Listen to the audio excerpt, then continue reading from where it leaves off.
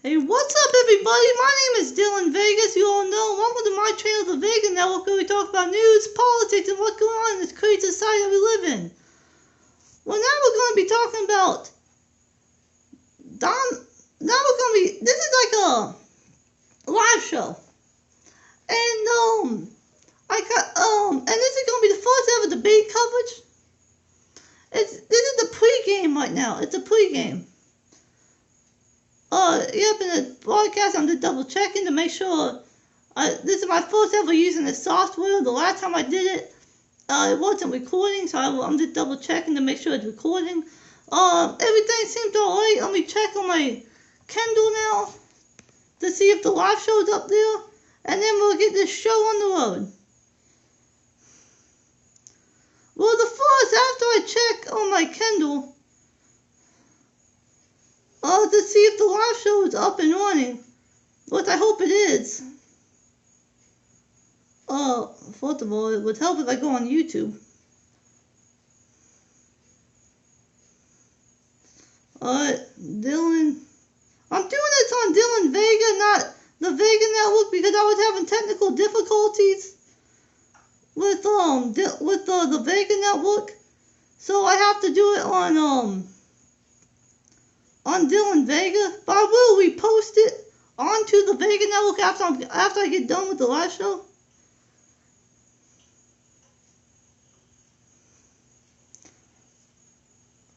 Alright, it's up and running. Alright, that's good. Alright, now since I know the live show is up and running, I'm gonna do number one, Trump, because I hope Hillary Clinton attacks Trump on economics. Because the voters have to know that Trump supports trickle-down economics. If the voters know that Trump supports trickle-down economics, if they're educated, which I hope they are, but a lot of Trump supporters, no offense, but they're poorly educated. So I really hope that the educated ones will go for Hillary because they know better, because trickle-down economics failed under Reagan. With the 1982 recession, which caused the unemployment rate to go from 7% to 12% in 1 year. In the 1987 recession, but at least Reagan corrected it by tax raises. He raised taxes 11 times as president to correct Reaganomics. So at least he corrected. I give Reagan credit for that. That's one thing I give Reagan credit for. And then Bush tried it too, and it failed. The fact that we can be in two wars and give tax breaks at the same time is unbelievable. And I do realize everyone loves tax breaks. But trickle-down economics is give tax breaks to the wealthy. And then virtually has to raise taxes on the middle class. So that hurts you as a member of the middle class. So I have him saying it's only 46 seconds long. So here it is, if I can, well, anyway, here it is.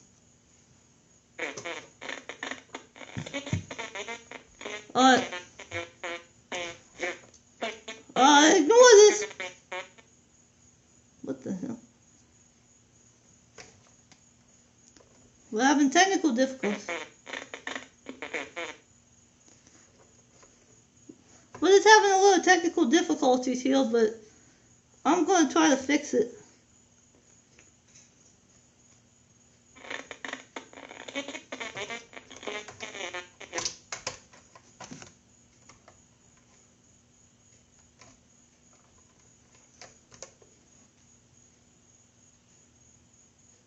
Well, maybe I'm going to have to unplug it. Can you hear this? Announcing your tax plans. Yes. But can you explain that and who you're going to raise taxes on? Okay. And are you rejecting trickle-down economics? Okay. So we will. I hope you can hear this. I can't make it that loud. Sometime. This is very well.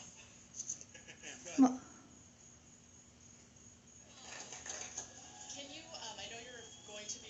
Well, let me move on to the next one. I don't know what's going on with my speaker. It was working fine, now it's acting up. But basically, I'm just going to summarize what he says. He said in the tax plan,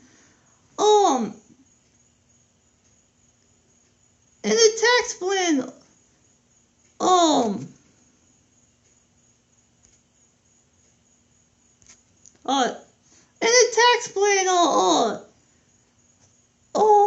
he's going to do trickle down economics. He's going to have a tax reduction, and he goes on to say, because we pay the highest number of taxes in the world, and blah blah blah, and all the rhetoric. And he said, we're going to ask for a tax reduction, but he failed to mention it's only going to be on the wealthy. He fails to mention that. He did fail to mention that, and I really wanted to show you the video. Let me see if it's working now. I have no idea why it's not working. It should work. It was working just a couple minutes ago. I have no idea. But I just really want you to see that, because maybe I can pull it up on here. Yeah, I want to pull it up on here, because I want you to see that really bad. Because it really shows that he supports trickle-down economics. And it shows, and we all know, like I said, it failed. Reaganomics failed. It caused the massive income inequality that we have today. It caused, it caused the shrinking of the middle class. It completely failed. Reaganomics failed. And so I'm going to try to see if I can show you that video, okay? Okay, let me see if this works. There, you can see the...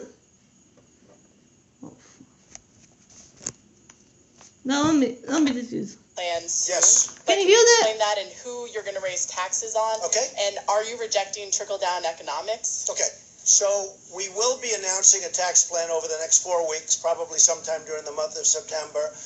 Who knows taxes more than me? I know the taxes very well. Yeah, hear your voice. I would say that probably before the end of September we'll have a very comprehensive plan, and one of the things will be simplification, and I believe we'll end up with a tax reduction, which to me is very important. You know, the United States, we pay the highest taxes in the world. We're going to be asking for a reduction, so I think overall people are going to be very happy. Yes, sir, go ahead. Oh, did you hear that? But you failed to mention it's going to be on the wealthy, like I keep saying. So, it did, I just hope Clinton brings that up. Because Clinton, the voters have to know his economic policy, because that could get us into another recession. The voters have to know that. I urge every one of you to look into Trump's economic policies. If you're a Trump supporter, go to DonaldJTrump.com and look at a tax plan. Like he says, this was back in 2015. He said he changed it, but it's basically the same thing. It's still going to be tax cuts for the wealthy. And you might have tweaked it a little bit, but it's still going to be trickle-down economics in a nutshell. So, just look at his tax plan. I just want, if Hillary Clinton successfully attacks Trump on his economic policies, Hillary Clinton will win that debate fair and square. They're probably going to bring up national security and foreign policy. So Trump is probably going to try to attack Clinton on Benghazi and the email scandal and all this and that. But then Clinton can just rebuttal that and say, well, at least I have a foreign policy, unlike him. He wants to give Saudi Arabia and Japan nuclear weapons, a country that ties to terrorism. Plus, he wants to end interventionism in South Korea, for Pete's sake. And that will give Kim Jong-un the upper hand. So he can't attack Clinton on foreign policy. And then on immigration. All Clinton has to say is the Republican Party is the party for business. Trump hired illegal immigrant to build Trump Tower. He's a business owner. He's obviously going to cater to the business owners. What's better for business? Cheap labor. What's cheap labor? Illegal immigration. So why does he want to build a wall? All his points are easily refuted. You can easily refute all his points. I'm probably going to end up having to get my Bluetooth speaker when I do the debate. And how come this keeps popping up? I'm probably going to have to do my Bluetooth speaker when I do the debate, because for some reason my radio right here is just not working, and I hate, because this is really loud, and my Bluetooth speaker isn't that loud, so I really want you guys to be able to hear it, but that's too bad. No, I want you guys to listen to Trump beating Hillary in a debate would be one of the most easiest challenges of my life. Now let me see, I'm going to try the radio and see if it works.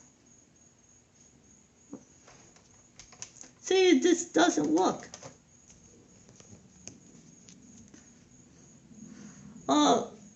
Grandma. My grandma's sitting here with me, she's watching it, but I'm asking her, can you go and get my pink Bluetooth speaker?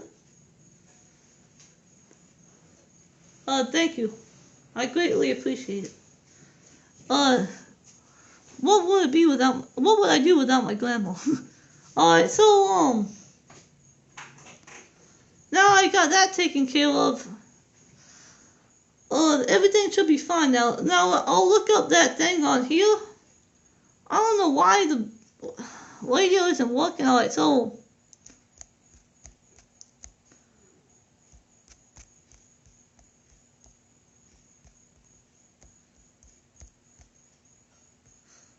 will be the easy.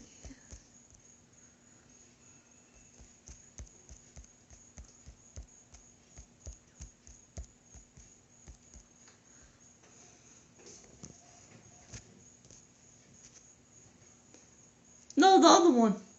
It's in my room. It's connected to my backpack. So that was my grandma. Here it is. Oh, sorry, Right now, the billionaire businessman taking heat for comments he made about Carly Fiorina in a Rolling Stone article published yesterday. Trump reportedly saying, "Look at that face. Would anyone vote for that? Can you imagine that? The face of our next president." So what does Donald Trump have to say now? Donald Trump joins us. Good evening, sir. Hello, Greta. All right, Donald, I got to tell you, I do take issue with your personal comment at another candidate like that. I know you've made personal comments about others like Governor Perry and others, but what are your thoughts? You want to take this one back about Carly Fiorina?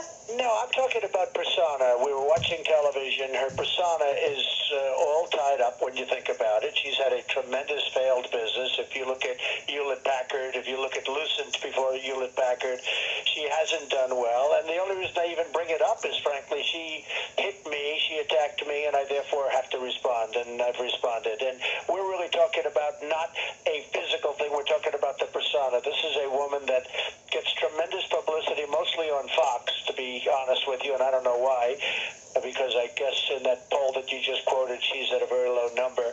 But she gets tremendous amounts of publicity, but her past doesn't go along with the publicity she's getting. So she mentioned something about me, she knocks me, and when somebody knocks me like Jeb Bush or anybody else, I at least decide that I think it's appropriate to fight back. But we're talking only about her persona. All right, well, I don't want to beat a dead horse, but just so that I'm on the record to let you know, I don't think you're a first-time offender making a personal crack at a woman. That's the first thing. And second thing is that you didn't. The remark was about her face and not about her persona. So, but anyway, I don't want to beat a dead horse. It all goes hand in hand, and many of the statements. And if you notice, I'm leading with women, and this is nothing new because a colleague of yours mentioned something during the last debate. So this is nothing new, and yet I'm leading with women. Many of those comments are made as an entertainer because I did The Apprentice. It was one of the top shows on television. I decided not to do it again because I wanted to run for president, but some comments are made as an entertainer, and as everybody said, as an entertainer is a much different ball game. So, what can I say? I'm leading with the evangelicals. I'm leading with women. As you probably saw, I'm leading with African Americans with a very high number, and I'm leading with Hispanics, which is very interesting. I'm not surprised. My bad. Bring job. My bad.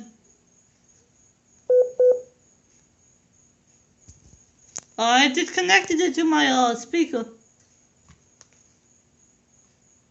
Jobs back to our country. All right, well, I noted right at the beginning those two polls that you cited. It is indeed true. You're leading nationally among the GOP, and you do have a bump up with women, leading in women, and a significant bump up since August. That is a fact. I'll give you that much. All right, now, I Dr. will say Ben, this. I'd like to say that nobody understands and nobody wants to do more that's for a lot women. better. And as far as women's health issues, which is a big thing, as you know, Jeb Bush wanted to not fund women's health issues, and I said, I can't believe it. Then he said he misspoke, and I will, believe me, Ivanka was talking to me, my wife was talking to me. She said, you cherish women, you really have to talk about it a little bit more, and nobody will protect women, and nobody cares more about women or respects women more than I do, Greta. all right. Do you know what, though, those are, you're talking about women's issues, and I'm fine on that. That's fair game, to fight about women's issues, whether or not it's women's health or funding or Planned Parenthood or anything. My objection to you is that, is I just thought it was low rent to take a swipe at her looks, and, and like I said, I don't want to beat a dead horse. Well, and I told you, this was the whole persona. This was not the looks. This was the whole persona. Okay, let's move on to Dr. Ben Carson. You're now having a bit of a spat with him, and I'm just, in part, you say he's not a great religious figure and merely an okay doctor. Let's start with the okay doctor. I got to tell you, he's more than an okay doctor, so I'll take issue with that. He's a darn good doctor, and he's saved a lot of lives, but nonetheless, why are you saying that about him? Well, I'm not sure that everybody agrees with that, but I'm sure he's a good doctor. I think that he's overrated as a doctor, but we'll see. I think maybe as time goes by, he was another one. I mean, he was very nice. I had no problems. I don't know him very well. He goes to my club in Palm Beach, the Mar-a-Lago club sometimes, but I really don't know him. All of a sudden, out of nowhere, he starts attacking my faith. Now, I don't know him. He doesn't know me. Why would... Let me just stop you right there, okay? Donald Trump was the one that couldn't even quote a verse out of the Bible. He said, what's your favorite verse out of the Bible? He said, I don't know, too personal. Well, he didn't say I don't know, but he said too personal. So, Ben Carson, I'm not a big fan of his, but he had every right to attack his faith, because we all know Donald Trump couldn't give a crap about religion. So I just had to stop it right there. He attacked my faith. I thought that was a terrible thing. I don't attack people's faith when I don't know somebody, and I wouldn't attack it anyway. So I thought it was very inappropriate that he did that, and I thought it was nasty. So I let people know how I feel. All right, let's go across the aisle. Secretary of State Hillary Clinton seizing the moment for your comment about Carly Fiorina, now saying that she would love to debate you. Your thoughts on Hillary Clinton wanting to debate you? Well, I probably can think of nobody I'd rather debate. She was the worst Secretary of State in the history of this country, although I think John Kerry's going to top her with this crazy deal that he's made with Iran, which is one of the worst. Henry Kissinger was pretty bad. Just putting that out there. And he was going into the Iran deal. I think he's forgetting the alternative of the Iran deal, which would have been war with Iran. So that would have been terrible. I mean, the Iran deal, yes, there's parts of the Iran deal that I disagree with. But, I mean, it's better than war. It's better than getting into another foreign war in the Middle East. I mean, I support the Iran deal. No. Ever seen of any kind of a deal, but Hillary until now was the worst Secretary of State in history. Let me ask you about that. I think beating her in a debate would be one of the easy challenges of my life. That I can say. All right, let me ask you about that, because in 2012 I saw an article where apparently in 2012 you told me, happened to be telling me on the air that she was a great or a fantastic Secretary of State, and that was the last year she was a Secretary of State, and between 2012 and now today she's gotten awful. What happened? Well, as a businessman, and a lot of the magazines have been calling me a world-class businessman, which is always nice. I built a net worth of over $10 billion with a great company and all of that. It was only $4 billion. According to Forbes magazine, his net worth is only $4 billion. But we don't know because he hasn't released a tax return. That's probably why he hasn't released a tax return, because he's not as rich as he says he is. God.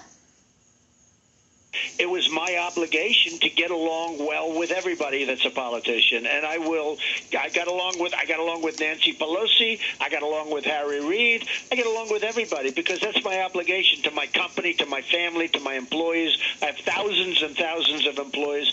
I have an obligation. I don't want to go around saying bad things about people. When you look at the result, but were you pulling my leg? When in 2012, when you said she was so great? No, Greta, but I'm not going to say bad things about major politicians in this. My bad. I don't know why I keep doing that. This country when I'm running a major company where I need things and outside of the United States. I mean, I have international trade. I have international businesses. I'm not going to go around saying bad things about people. There was no reason to.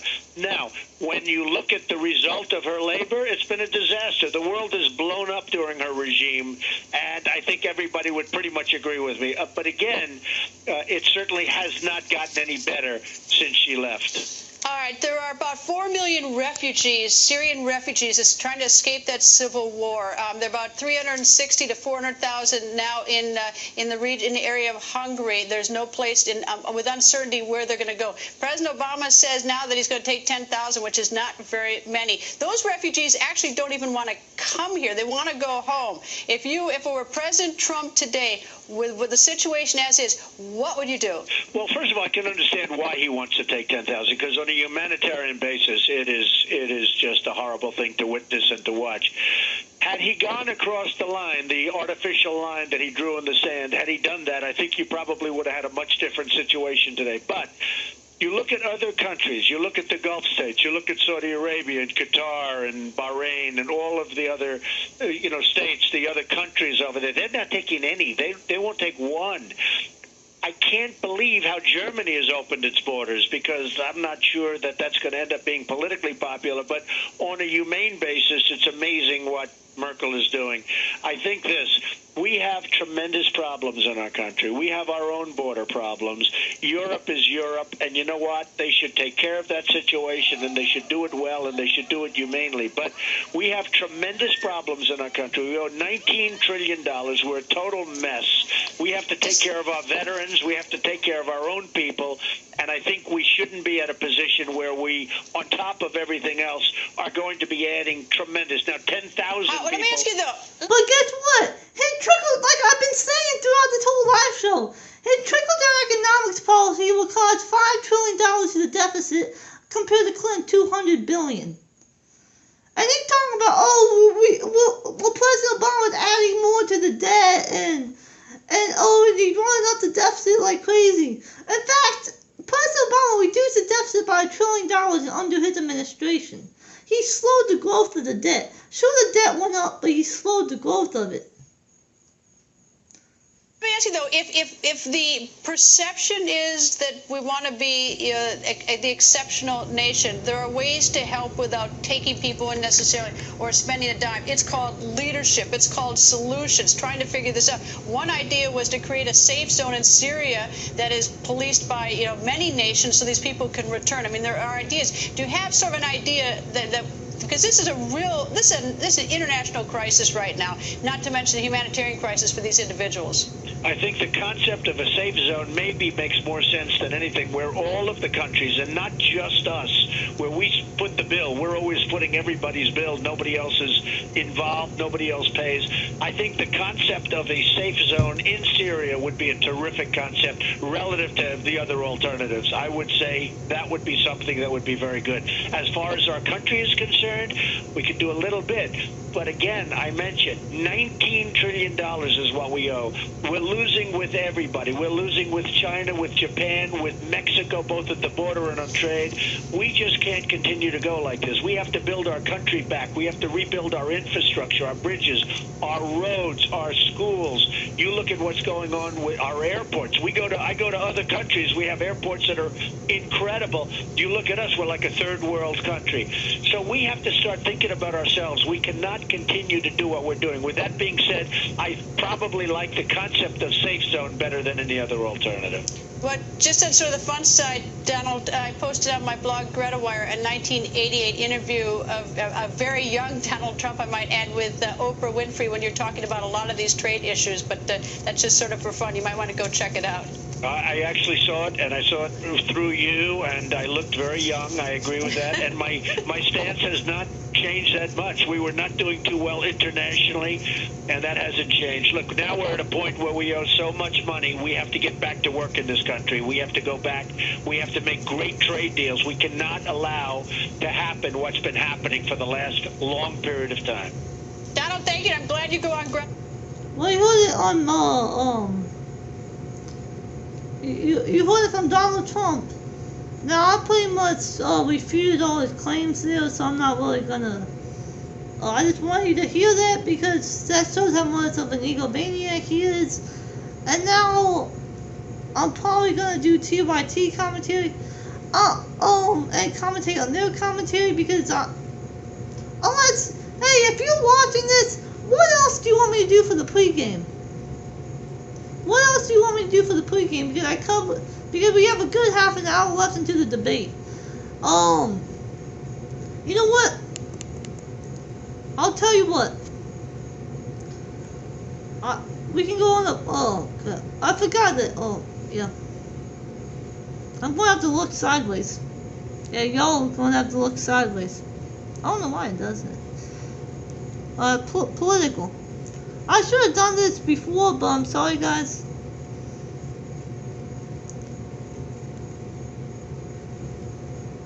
What's this about? This looks like an interesting topic. American voters frustrated, angry with election. Well, I mean, of course, you have Hillary Clinton, which is in a way a corporate shrill. Then you have Donald Trump, which is a corporate shrill as well, but then also it's incompetent. So, I mean, of course I'm angry and frustrated with this election too. I mean, I wanted Bernie Sanders to win the nomination, but that didn't happen. Most Americans are feeling frustrated and helpless over the 2016 presidential election, according to an Associated Press NORC poll.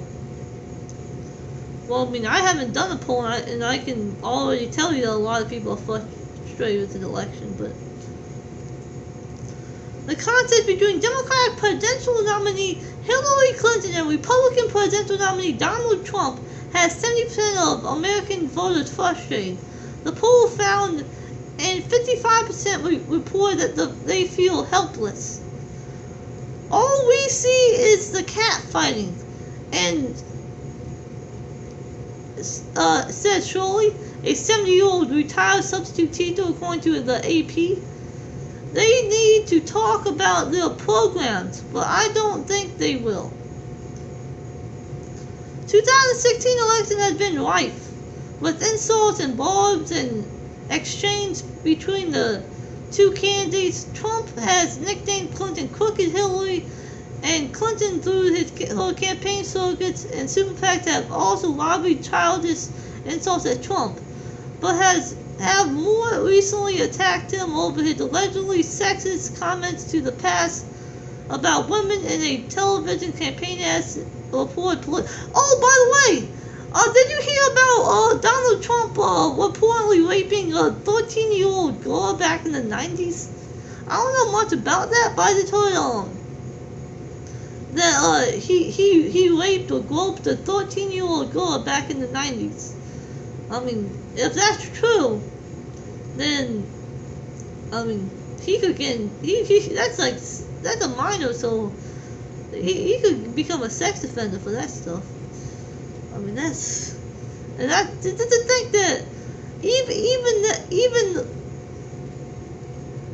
think that even that accusation could be made possible about him, and people may actually believe it because of his mentality and the way he perceives himself, it's kind of sickening. And the fact that he's running for president too.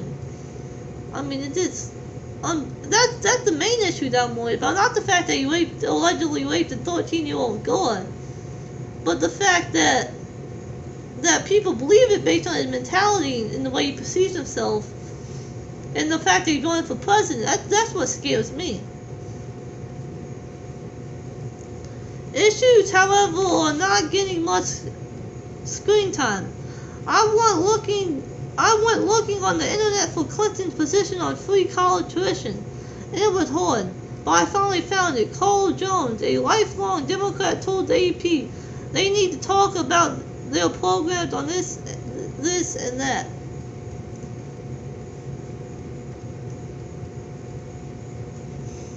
Although voters don't feel like they're getting much substance from the 2016 election, they do seem to be getting some entertainment. About 2/3 of voters, 65%, say they're interested in the election. Other 31%, and they're bored.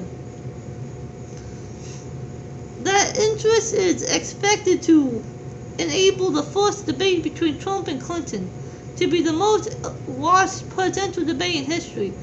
To date, the most watched debate of the 2012 presidential election between President Barack Obama and Republican presidential nominee Mitt Romney gathered 67 million views. And I heard it from an NBC Nightly News that this is supposed to gather 100 million views. But this year, Nielsen expects the Trump versus Clinton matchup might be between 80 to 100 million, like I just said, easily beating the 2012 ratings. Now let's see what other articles they have. Oh, this is a good one. I think I covered this on the show. Let me see if they have a video. Yep, they have a video. And Trump saying that he supports stop and frisk, which is an unconstitutional act. Well, I don't think I covered it, but I was going to, and I just ran out of time, and I never did it. But anyway, here's the video.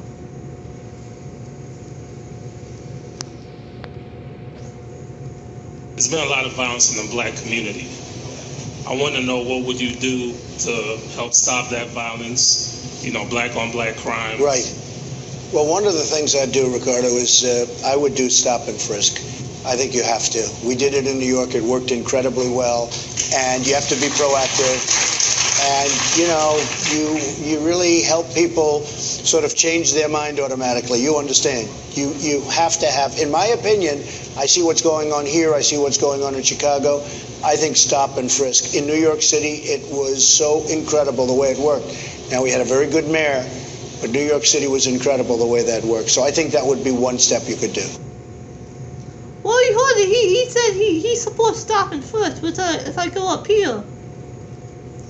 According to Bratton, there were 685,000 police stops in 2011, while rapes, assaults, and grand larceny went up.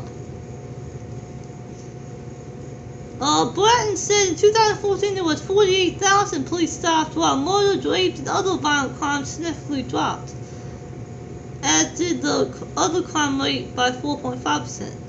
Last year, when we had its lowest crime rate of stop and frisk, we had much less crime rate, the lower crime rate of homicide in the... So, according to him, it works, I guess. But then again, it works because they'll racially profile blacks. Because stop and frisk means, okay, I'm going to stop you because you look suspicious because of the color of your skin. And that's racial profiling. Now,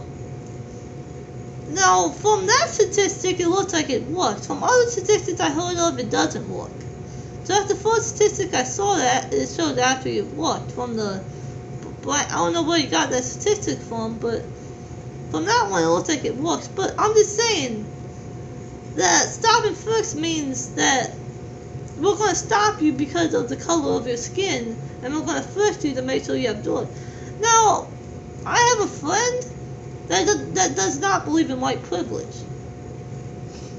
He believes that it's the culture, and the reason why police stop and frisk blacks so often because of culture and because they tend to be involved in more violent crimes. Well, that's not true. There's more white on white crime than black on black. And this white privilege. Now let me get into that since I started talking about it. I should say not white privilege. I should call it something different. I should call it racism. Do you believe racism exists? And if you say yes, you just admitted that it was white privilege.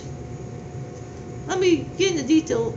White privilege is the benefit of the doubt when it comes to law enforcement. That is what white privilege is. It's the benefit of the doubt when it comes to law enforcement. Black people don't have the benefit of the doubt.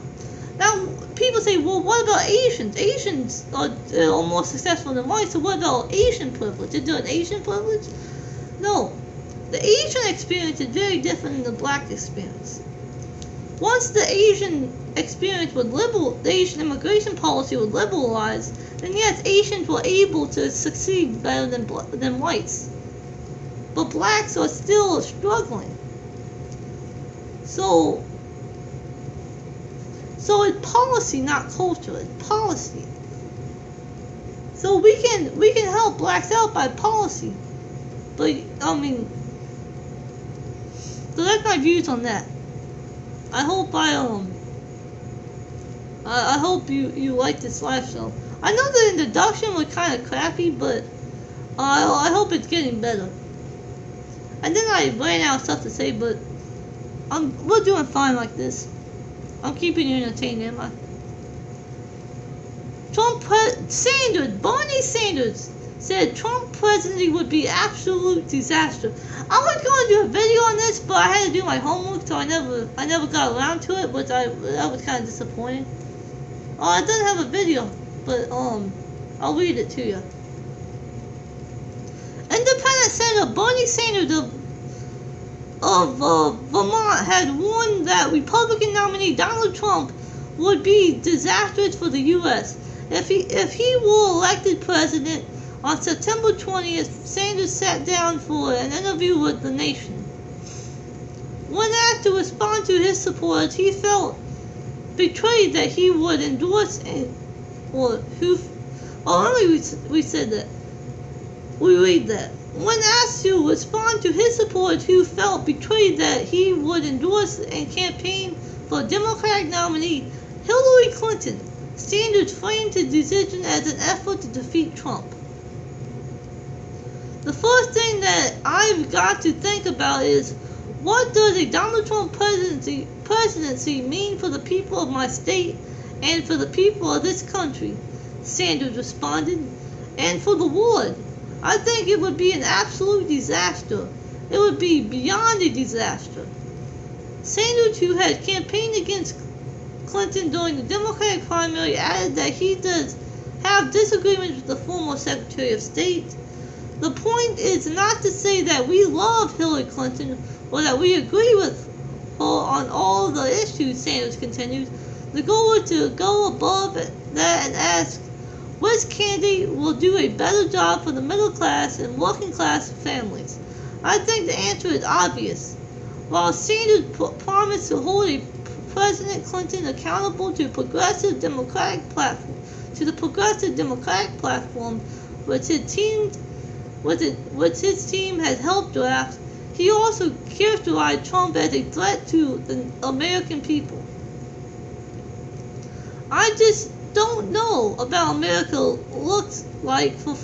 I just don't know what America looks like for 4 years after his election, in terms of the kind of bigotry that will be erupting, in terms of the time of the decisiveness, and that we will see the kind of demagoguery, I don't know that word, but the demagoguery.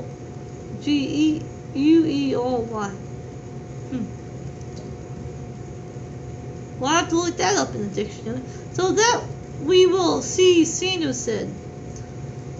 The Vermont senator has been a vocal critic of Trump, deeming him back a hate monger and a hypocrite. On September 16th, Sanders blasted Trump during a sit-down on NBC's Late Night with Seth Meyers.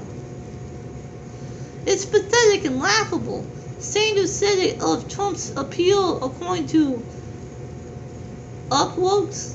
Here is a guy who has exploited people throughout much of his business career.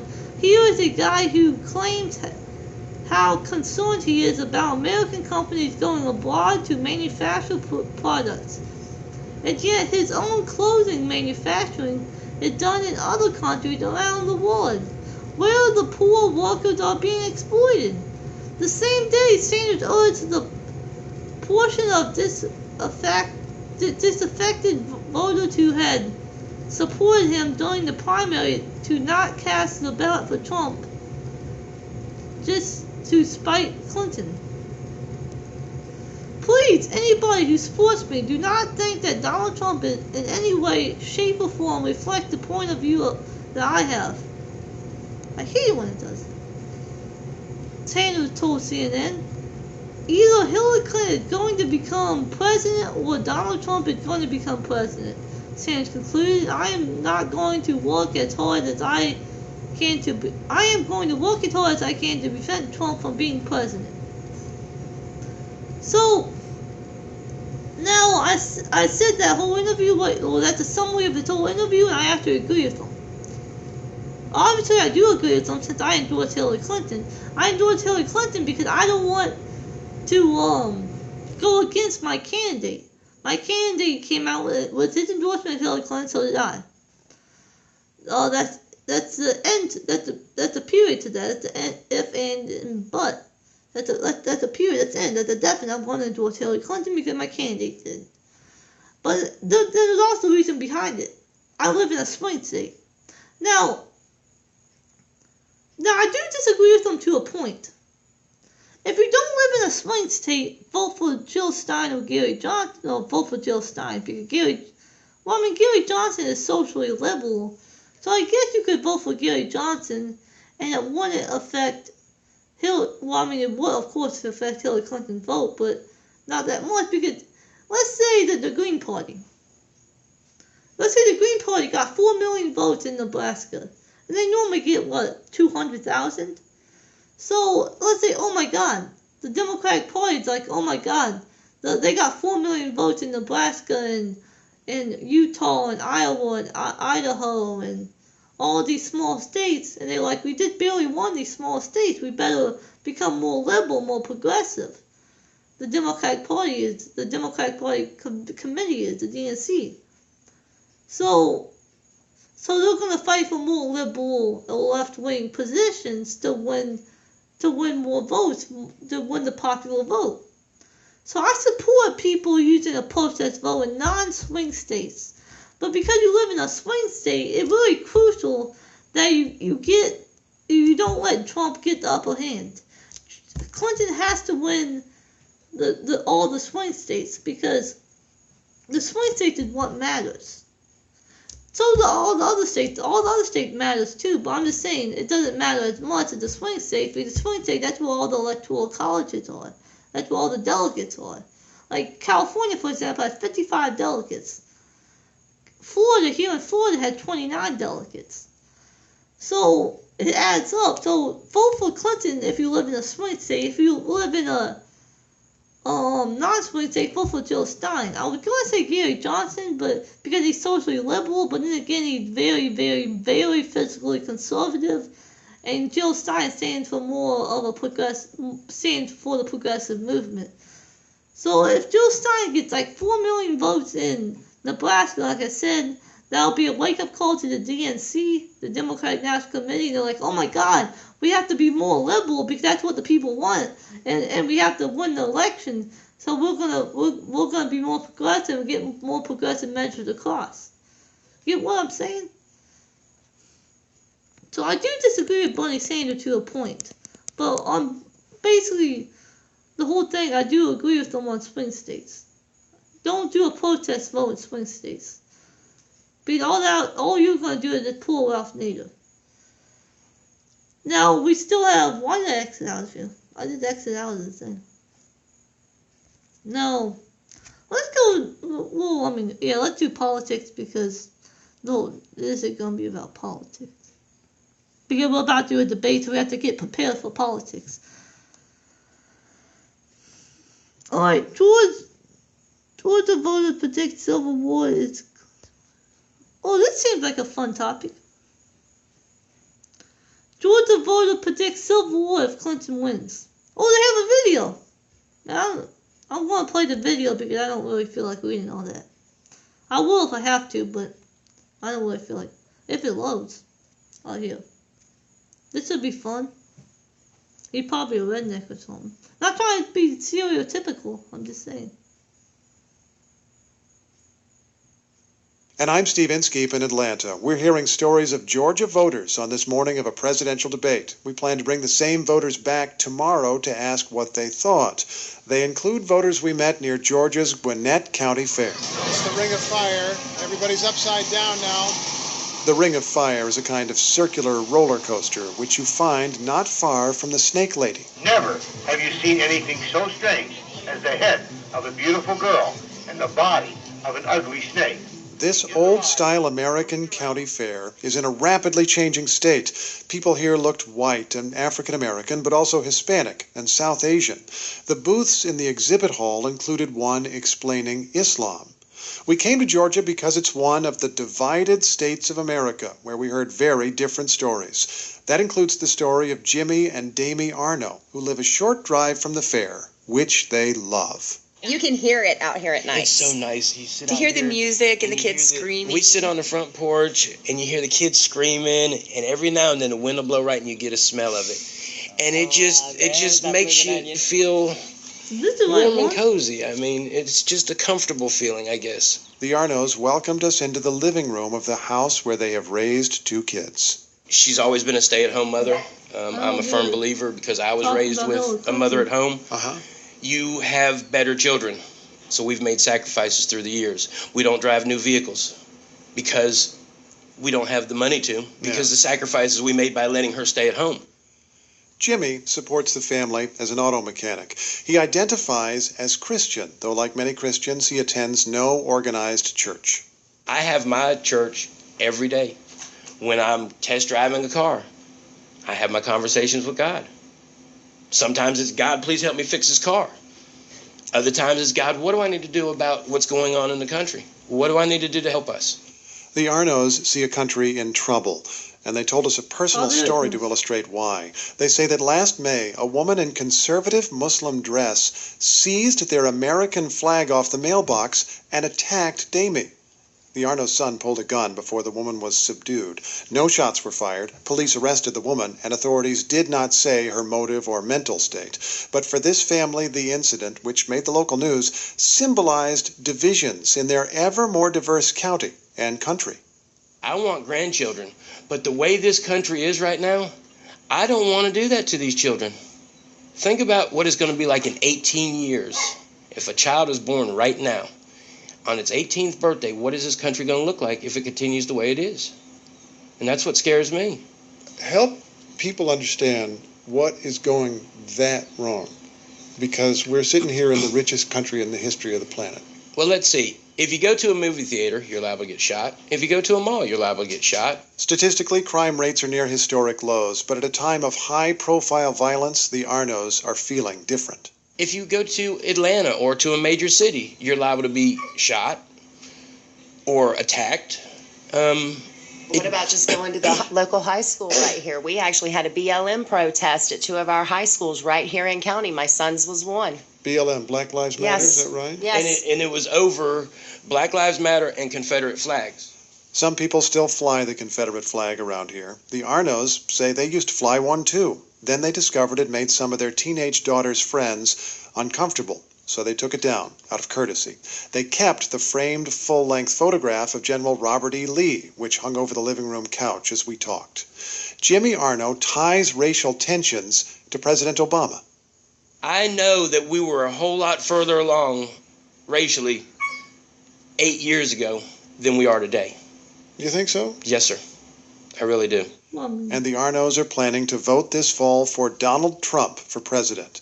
Jimmy sees Hillary Clinton as just more years of Obama. He admires Trump's business career and dismisses news stories of Trump cheating contractors and ordinary people. Hillary wants to be elected and Donald Trump wants to be elected. They're going to talk bad about everything that they can about the other candidate so that you vote for him. You just discount the whole thing. I discount the whole thing because I want to know what your plan is to help the country. That's what I want to know. What do you think Donald Trump's plan is? Donald Trump, if I understand him correctly, and I hope I do, he wants to stop the flow of illegal people in this country. Stop the flow.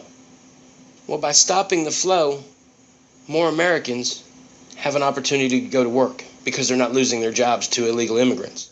Now, this is a much debated point, with many studies finding people in the country illegally do not tend to take native workers' jobs. But for Jimmy Arno, the concern about immigration matches his broader concerns about the direction of the country. He's worried enough that on the day we met, he was thinking about whether or not to join a local group. It's a militia group. And should martial law, civil war, whatever break out in this country, they will uphold the Constitution and rebuild our laws. What war do you mean? The war that's going to take place when Hillary Clinton's elected, if that happens. What sort of a war would that be? Your patriots are going to overthrow the government. Now, to be clear, the Arnos say they have no plans whatever to start a war, but if some kind of chaos should ever come, they mean for their family to be ready. This is Divided States on Morning Edition. We're hearing voters with very different views before each presidential debate, and we have several throughout this morning. Then we bring them together after each. Oh, I really heard from that Georgia couple. At first, I didn't think it was the right video because they didn't really get into the political views, but now I understand why they did that, to give you the information about the family. But now I'm going to refute his claims. Alright, so number one, I don't know about, he tried to say it was nationwide. There was movie shootings and school shootings and, well, I don't know about police shootings. Police shootings might be nationwide, but point being is, well, this is why getting money out of politics is my number one issue. Because, for instance, the NRA is a special interest. They give thousands and thousands, probably even millions and millions of dollars to predominantly Republican candidates for Senate and Congress and even the lower branches, and then to say, oh, we're all for gun rights. Oh yeah, gun rights. Yeah, the Second Amendment. Oh yeah, we love the Second Amendment. 1776. Well, but in reality, they probably realize that gun control is probably the best solution. Now some of them are probably for gun rights, I give them that, but most of them did for gun rights because they're bought and controlled by the NRA. So if we abolish the private campaign finance sector, we could have common sense gun regulation. Because then the NRA wouldn't be able to give big money to these Republican politicians. So then once you have gun control, that'll cut down the 30,000 people a year that die from gun violence. That'll cut down that 30,000 drastically, probably more than 3/4. And then also, if we get money out of politics, not just gun control, but then we actually will have environmental regulations, like having a carbon tax on the carbon emissions going into the air. And we'll actually have $15 minimum wage and single payer. Because right now we don't have single payer because Big Pharma has too much influence in American politics. So my biggest issue is get money out of politics. If we can do that, then we can have all these issues solved, like $15 an hour. Now, I also believe that we need to tie it to inflation too. The minimum wages of 15 and tie it to inflation. If we tie it to inflation, we don't have to worry about this minimum wage problem ever again.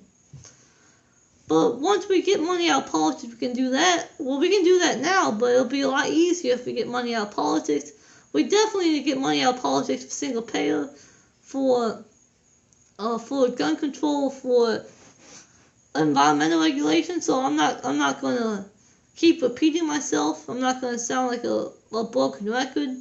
But I'm just saying that's my biggest issue. Now, I believe he also said, from what he's sounding, he's more of a nativist and not a multiculturalist. I believe in multiculturalism. We're a multiculturalism society.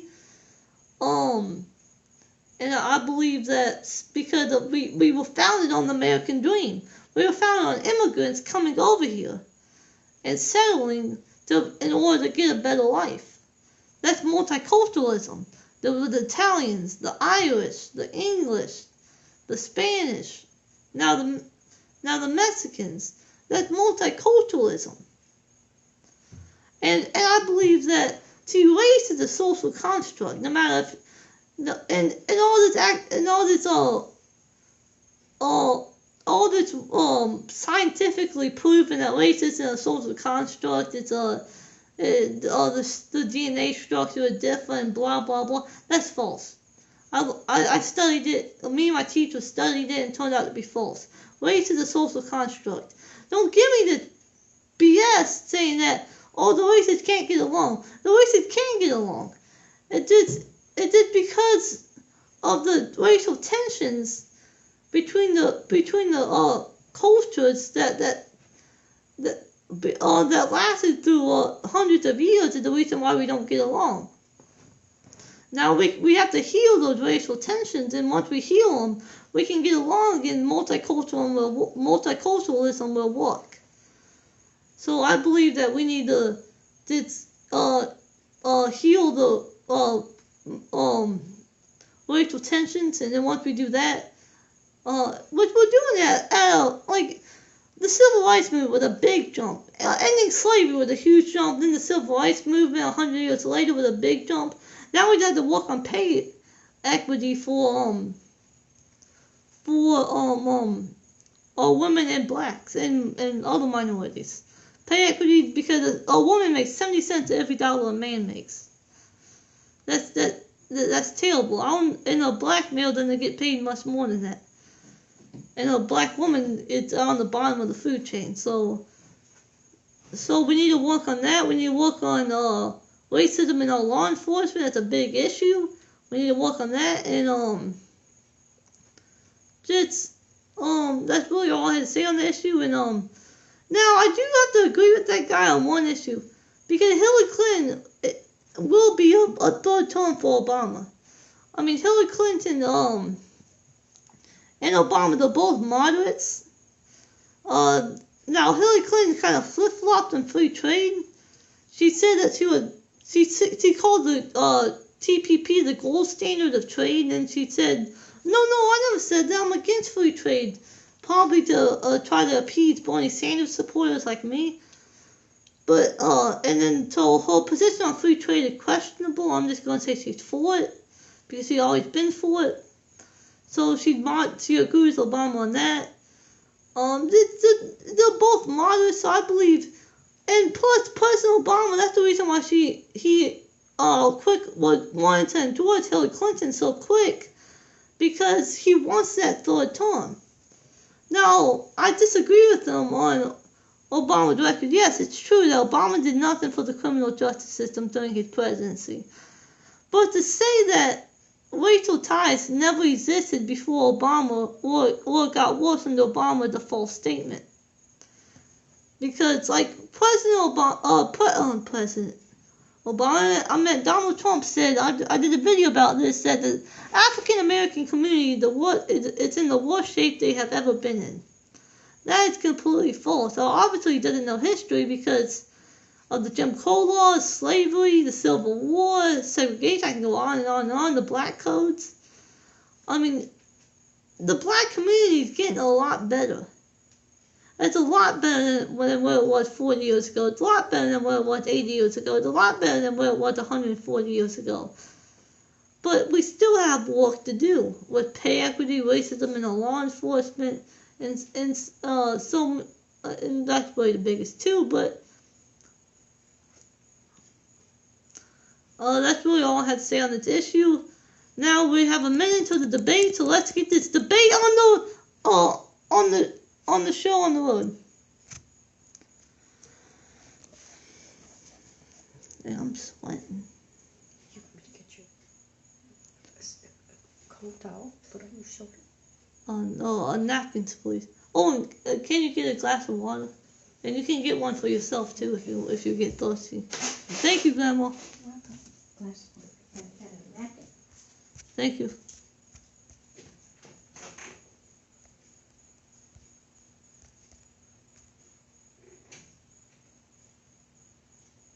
Alright, I'm going to use CNN for right now. Maybe I'll switch to the Young Turks later, but for right now I'm going to use CNN.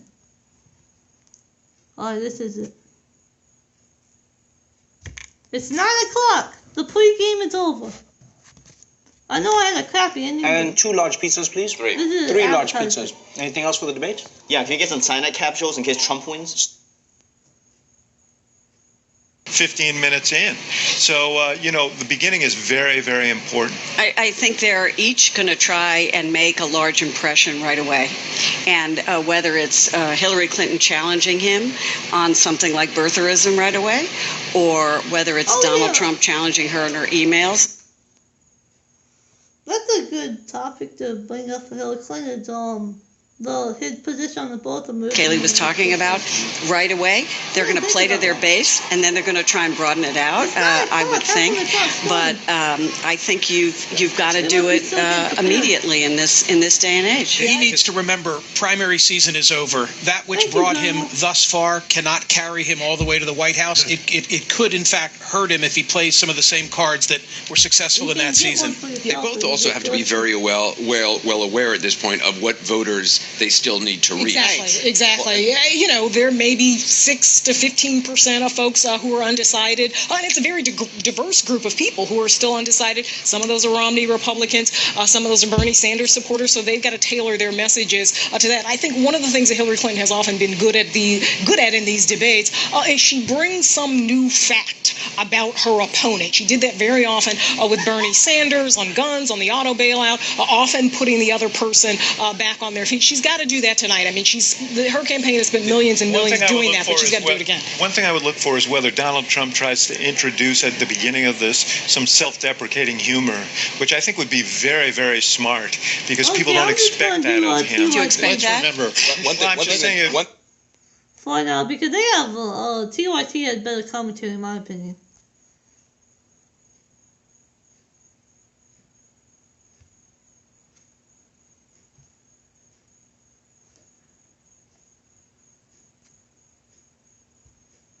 Hide behind them and just poke his head out every once in a while and go, we aren't winning, we're losing. I've got many, many great ideas. I'll see you later in 28 minutes, right? No, you got 45 minutes of time here, Donald Trump. So he's going to be exposed. That doesn't mean he's going to lose. That could mean that it's going to be an epic debacle for him, or it could be, as Jimmy said,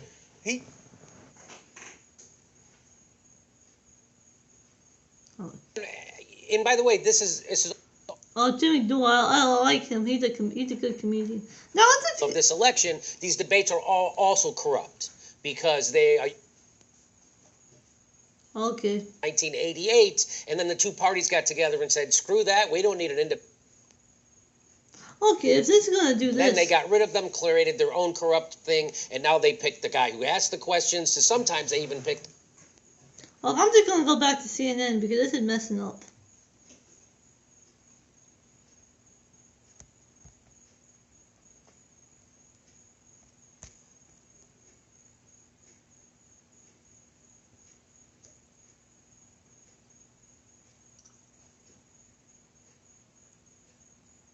To stop his momentum, or it could allow Donald Trump to surpass her. I thought, now it's going to do this as well. In some of those key battleground states. And Wolf, it probably should go without saying because we've been talking about it for so long, but it does bear repeating as we go into this momentous night. First time we have a woman on this kind of debate stage.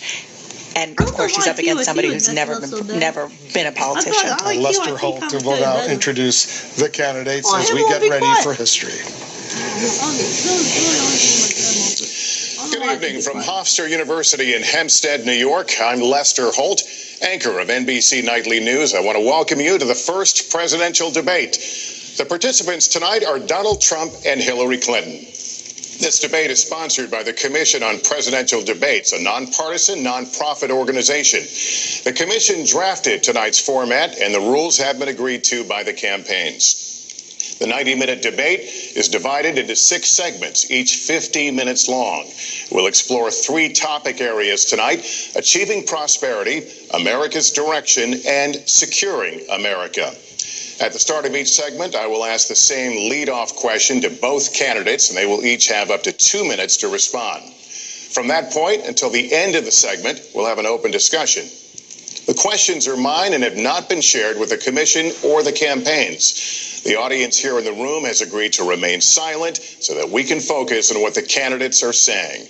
I will invite you to applaud, however, at this moment as we welcome the candidates. Democratic nominee for President of the United States, Hillary Clinton, and Republican nominee for President of the United States, Donald J. Trump.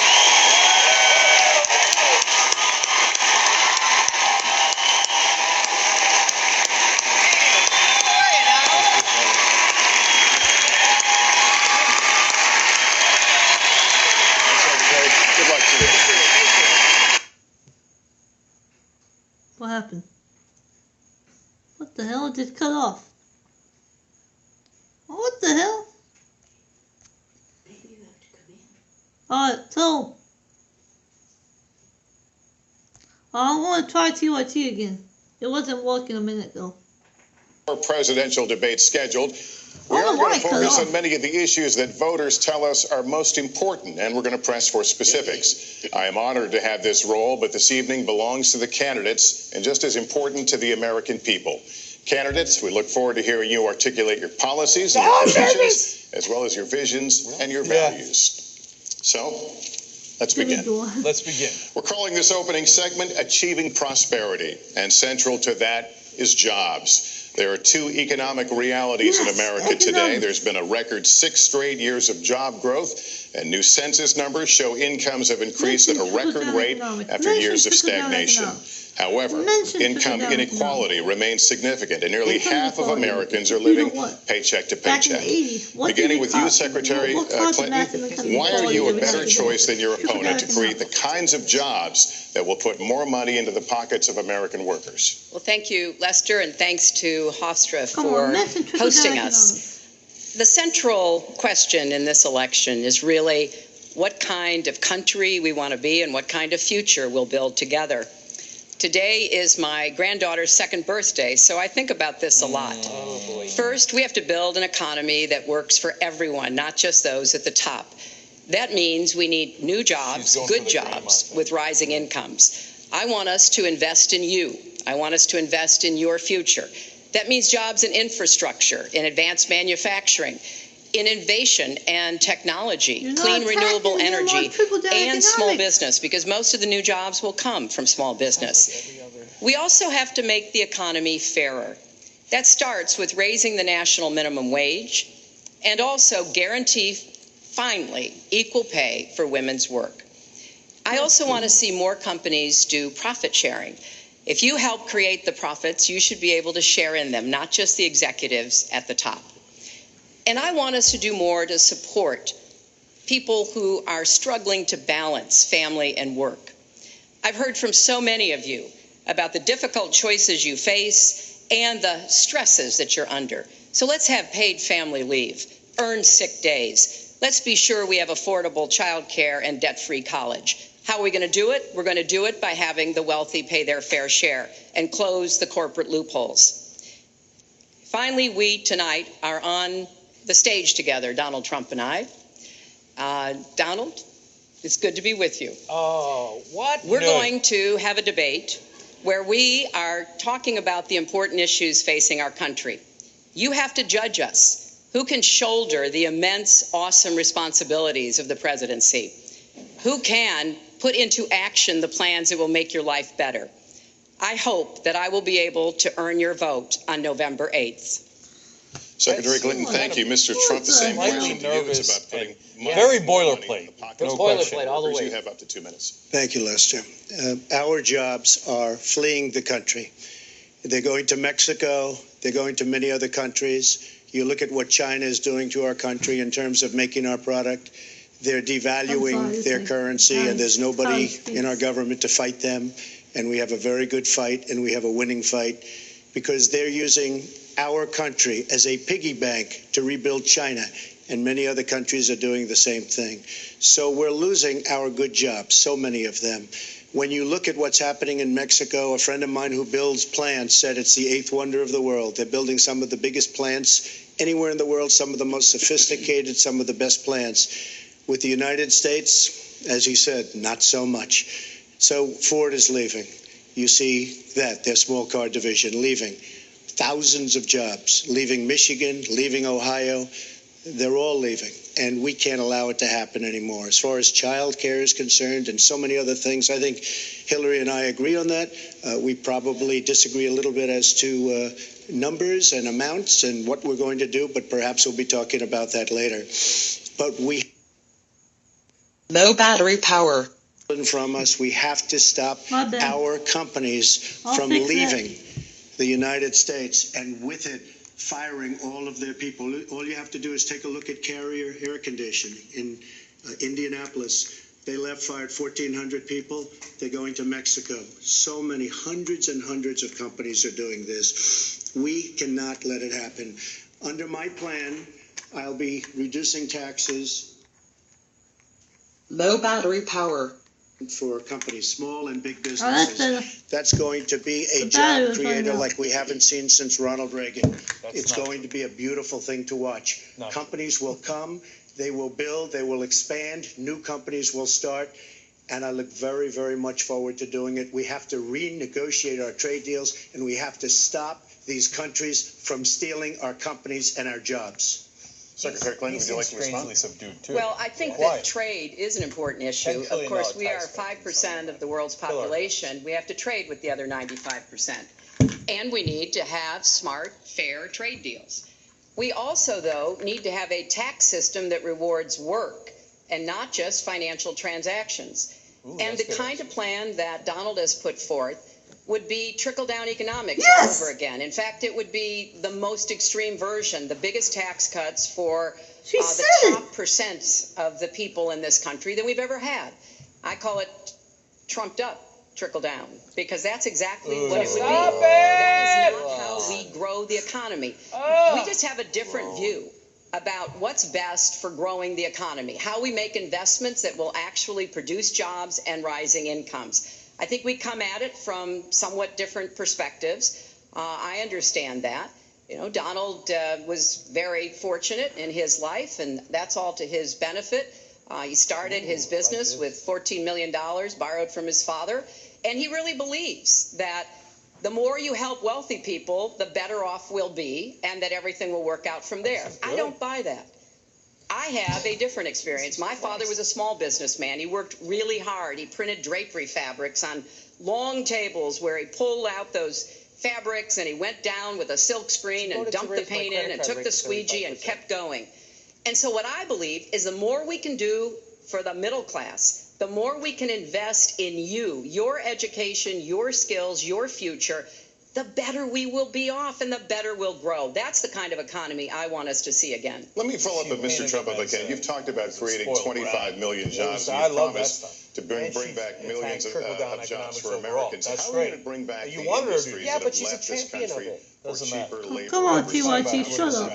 Are you going to tell American manufacturers that you have to come back? Well, for one thing, and before we start on that, my father gave me a very small loan in 1975, and I built it into a company that's worth many, many billions of dollars with some of the greatest assets in the world. And I say that only because that's the kind of thinking that our country needs. Our country's in deep trouble. We don't know what we're doing when it comes to devaluations, and all of these countries all over the world, especially China, they're the best ever at it. What they're doing to us is a very, very sad thing. So we have to do that. We have to renegotiate our trade deals. Unless they're taking our jobs, they're giving incentives, they're doing things that frankly we don't do. What does that mean? Let me give you the example of Mexico. The only They have other a VAT tax. alternative to free trade is imperialism. When we sell into Mexico, there's a tax. When they sell in automatic, 16% approximately. When they sell into us, there's no tax. It's a defective agreement. It's been defective for a long time, many years, but the politicians haven't done anything about it. Now, in all fairness to Secretary Clinton, yes, is that okay? Good. I want you to be very happy. It's very important to me. But in all fairness to Secretary Clinton, when she started talking about this, it was really very recently. She's been doing this for 30 years. And why hasn't she made the agreements better? The NAFTA agreement is defective just because of the tax and many other reasons, but just because of the fact. Let me interrupt just a moment. Secretary Clinton and others, politicians, should have been doing this for years, not right now because of the fact that we've created a movement. They should have been doing this for years. What's happened to our jobs and our country and our economy generally is, look, we owe $20 trillion. And you're going to raise it another $5 trillion. Back to the question, though, how do you specifically bring back jobs, American manufacturers? How do you make them bring the jobs back? Well, the first thing you do is don't let the jobs leave. The companies are leaving. I could name, there are thousands of them. They're leaving, and they're leaving in bigger numbers than ever. And what you do is you say, fine, you want to go to Mexico or some other country, good luck. We wish you a lot of luck. But if you think you're going to make your air conditioners or your cars or your cookies or whatever you make and bring them into our country without a tax, you're wrong. And once you say you're going to have to tax them coming in, and our politicians never do this because they have special interests, and the special interests want those companies to leave because in many cases they own the companies. So what I'm saying is we can stop them from leaving. We have to stop them from leaving, and that's a big, big factor. Let me let Secretary Clinton. Well, let's stop for a second and remember where we were 8 years ago. We had the worst financial crisis, the Great Recession, the worst since the 1930s. I like where she's going with this. That was in large part because of tax policies that slashed taxes on the wealthy, failed to invest in the middle class, took their eyes off of Wall Street, and created a perfect storm. Because of the repeal of Glass-Steagall. Donald was one of the people who rooted for the housing crisis. He said back in 2006, gee, I hope it does collapse because then I can go in and buy some and make some money. Well, it did collapse. That's called business, buddy. 9 million people lost their jobs.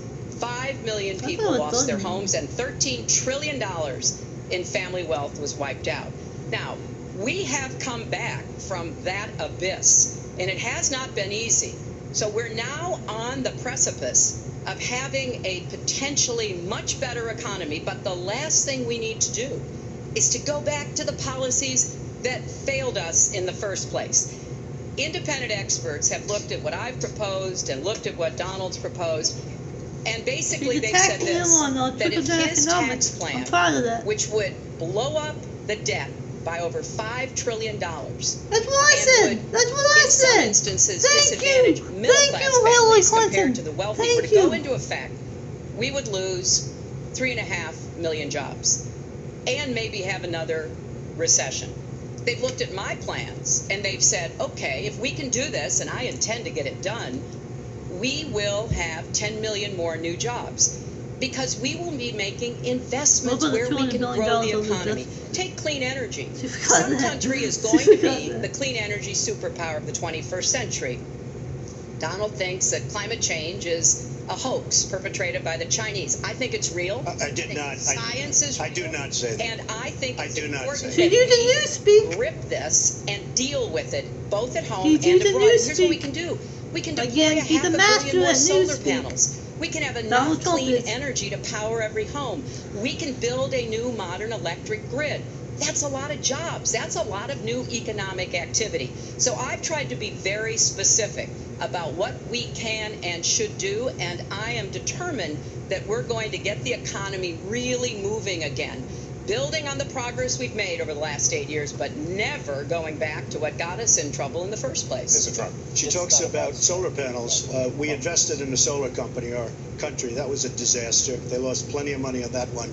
Now, look, I'm a great believer in all forms of energy, but we're putting a lot of people out of work. Our energy policies are a disaster. Our country is losing so much in terms of energy, in terms of paying off our debt. You can't do what you're looking to do with $20 trillion in debt.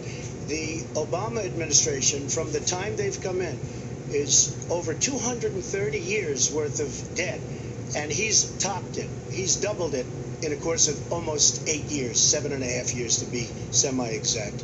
So I will tell you this, we have to do a much better job at keeping our jobs, and we have to do a much better job at giving companies incentive to build new companies or to expand, because they're not doing it. And all you have to do is look at Michigan and look at Ohio and look at all of these places where so many of their jobs and their companies are just leaving. They're gone. And Hillary, I just ask you this, you've been doing this for 30 years. Why are you just thinking about these solutions right now? For 30 years you've been doing it, and now you're just starting to think of solutions. Well, actually, I will bring back jobs. You can't bring back jobs. Well, actually, I have thought about this quite a bit. Yeah, for 30 years. I have, well, not quite that long. I think my husband did a pretty good job in the 1990s. I think a lot about what worked and how we can make it work again. Well, he approved 3 million NAFTA. new jobs, a balanced budget. Which is the single worst trade deal ever approved in this country. Incomes went up for everybody. Manufacturing jobs went up also in the 1990s, if we're actually going to look at the facts. When I was in the Senate, I had a number of trade deals that came before me, and I held them all to the same test. Will they create jobs in America? Will they raise incomes in America? And are they good for our national security? The biggest one, yeah, he got to multinational $1.9 one trillion known as surplus. I voted against. And because I hold the same standards as I look at all of these trade deals. But let's not when you left off to do assume the that 2000 trade recession, is but we the were still in a only surplus. challenge we have in the economy. I think it is a part of it, and I've said what I'm going to do. I'm going to have a special prosecutor. We're going to enforce the trade deals we have, and we're going to hold people accountable. When I was Secretary of State, we actually increased American exports globally 30%. We increased them to China 50%. So I know how to really work to get new jobs and to get exports that help to create more new jobs. Right. Well, you haven't done it in 30 years or 26 years. Well, I've been a senator. You haven't done it. And You haven't I done it. have been a And Secretary of State, and I have Your done husband signed NAFTA, which was one of the worst things that ever happened to the manufacturing industry. Hillary Clinton get under his You go skin. to Ohio, Pennsylvania, you go anywhere you want, Secretary Clinton, and you will see devastation where manufacturing is down 30, 40, sometimes 50%. NAFTA is the worst trade deal maybe ever signed anywhere, but certainly ever signed in this country. And now you want to approve Trans-Pacific Partnership. You were totally in favor of it. Then you heard what I was saying, how bad it is, and you said, I can't win that debate. But you know that But if the whole you problem of did the win, Trans-Pacific you would approve that, Partnership and that will be is to almost isolate as bad as China. NAFTA. Nothing People will are ever top forgetting that. that. That is People are just forgetting that. not accurate. I was against it once it was finally negotiated and the terms were laid out. I wrote about You that. call it the gold standard of trade. Well, The gold standard of trade, gold standard of trade And deals. He you said know it's what? the finest deal you've ever seen. No. And then you heard what I said about it, and all of a sudden you were against it. Well, Donald, I know you live in your own reality, but that is not the facts. See, we The should facts have are, I Bernie just said I Sanders. hoped it would be Oh my a God. good But I deal, like but what she when did it was on trickle-down negotiated, economics. I which just I wish was she not carried on to responsible that a little bit. I sounds it wasn't. I wrote about that. So is it President Obama's fault? Is it President Obama's fault? Even announced. Look, Both sides of Is the it table. President Obama's fault? there are Because different- he's pushing it. There are different views about what's good for our country, our But the whole economy, and point our of the leadership in the TPP, world. to isolate China, And I think say it's that, important say to look that. at what we need to Say do that, to Hillary get the economy Clinton, going. say that. And that's why I said new jobs with rising incomes, investments, not in more tax cuts that would add $5 trillion to the debt. But you have no plan. Educate. Oh, I do. Secretary, in fact, you I have have no written plan. a book about it. It's called Stronger Together. You can pick it up That's tomorrow about all you folks. at the bookstore or at an airport near you. We're going to move to. But it's because I see this. We need to have strong growth, fair growth, sustained growth. We also have to look at how we help families balance the responsibilities at home and the responsibilities at business. So we have a very robust set of plans, and people who have looked at both of our plans have concluded that mine would create 10 million jobs and yours would lose us 3.5 million jobs and explode You are the going debt, to approve one of which the biggest would tax have cuts a in recession. history. You are going to approve one of the biggest tax increases in history. you are going to drive business out. Your regulations are a disaster, and you're going to increase regulations all over the place. And by the way, my tax cut is the biggest since Ronald Reagan. I'm very proud of it. Wow! Look, the guy got to the 1982 recession. The good old boys with supply side economics. Out of existence. When I go around, Lester, I tell you this, I've been all over. And when I go around, don't compare yourself to Ronald Reagan. The tax cut, the thing, because it'll just hold your cause, Donald. Like if you have a cause, is the fact that I'm cutting regulation. You have regulations on top of regulations. Regulation is good, you dipshit. And old companies are going out of business, and you want to increase the regulations and make them even worse. The 1987 stock market crash happened. I'm going to cut taxes bigly because of deregulation. Why do you think the 2008 Wall Street crash happened? Because of deregulation. That can't be left to stand. You know, I kind of assumed that there would be a lot of these charges and claims. And so we have taken the homepage of my website, HillaryClinton.com, and we've turned it into a fact checker. So if you want to see in real time what the facts are, please go and take a look. Because they're not going to look. There's 100 million people watching right now. Say it now. Plans would add $5 trillion to the debt. What I have proposed would cut regulations and streamline them for small businesses. What I have proposed would be paid for by raising taxes on the wealthy because they have made all the gains in the economy. And I think it's time that the wealthy and corporations paid their fair share to support this country. You just opened the next segment. Well, look, can I just finish? This is so terrible. This is so terrible. She's going to raise taxes $1.3 trillion. And look at her website. You know what? It's no different than this. She's telling us how to fight ISIS. Just go to her website. She tells you how to fight ISIS on her website. I don't think General Douglas MacArthur would like that too much. The next segment, we're continuing with the subject. At least I have a plan to fight ISIS. No, you're telling the enemy everything you want to do. No, we're not. See, you're telling the enemy everything you want to do. This is totally off topic now. Lester, you got to rein it in. No wonder you've been fighting ISIS your entire This is off topic. ISIS has been around for not that long. Go to the fact checkers. Get to work. You are unpacking a lot here, and we're still in the issue of achieving prosperity. And I want to talk about taxes. The fundamental difference between the two of you concerns the wealthy.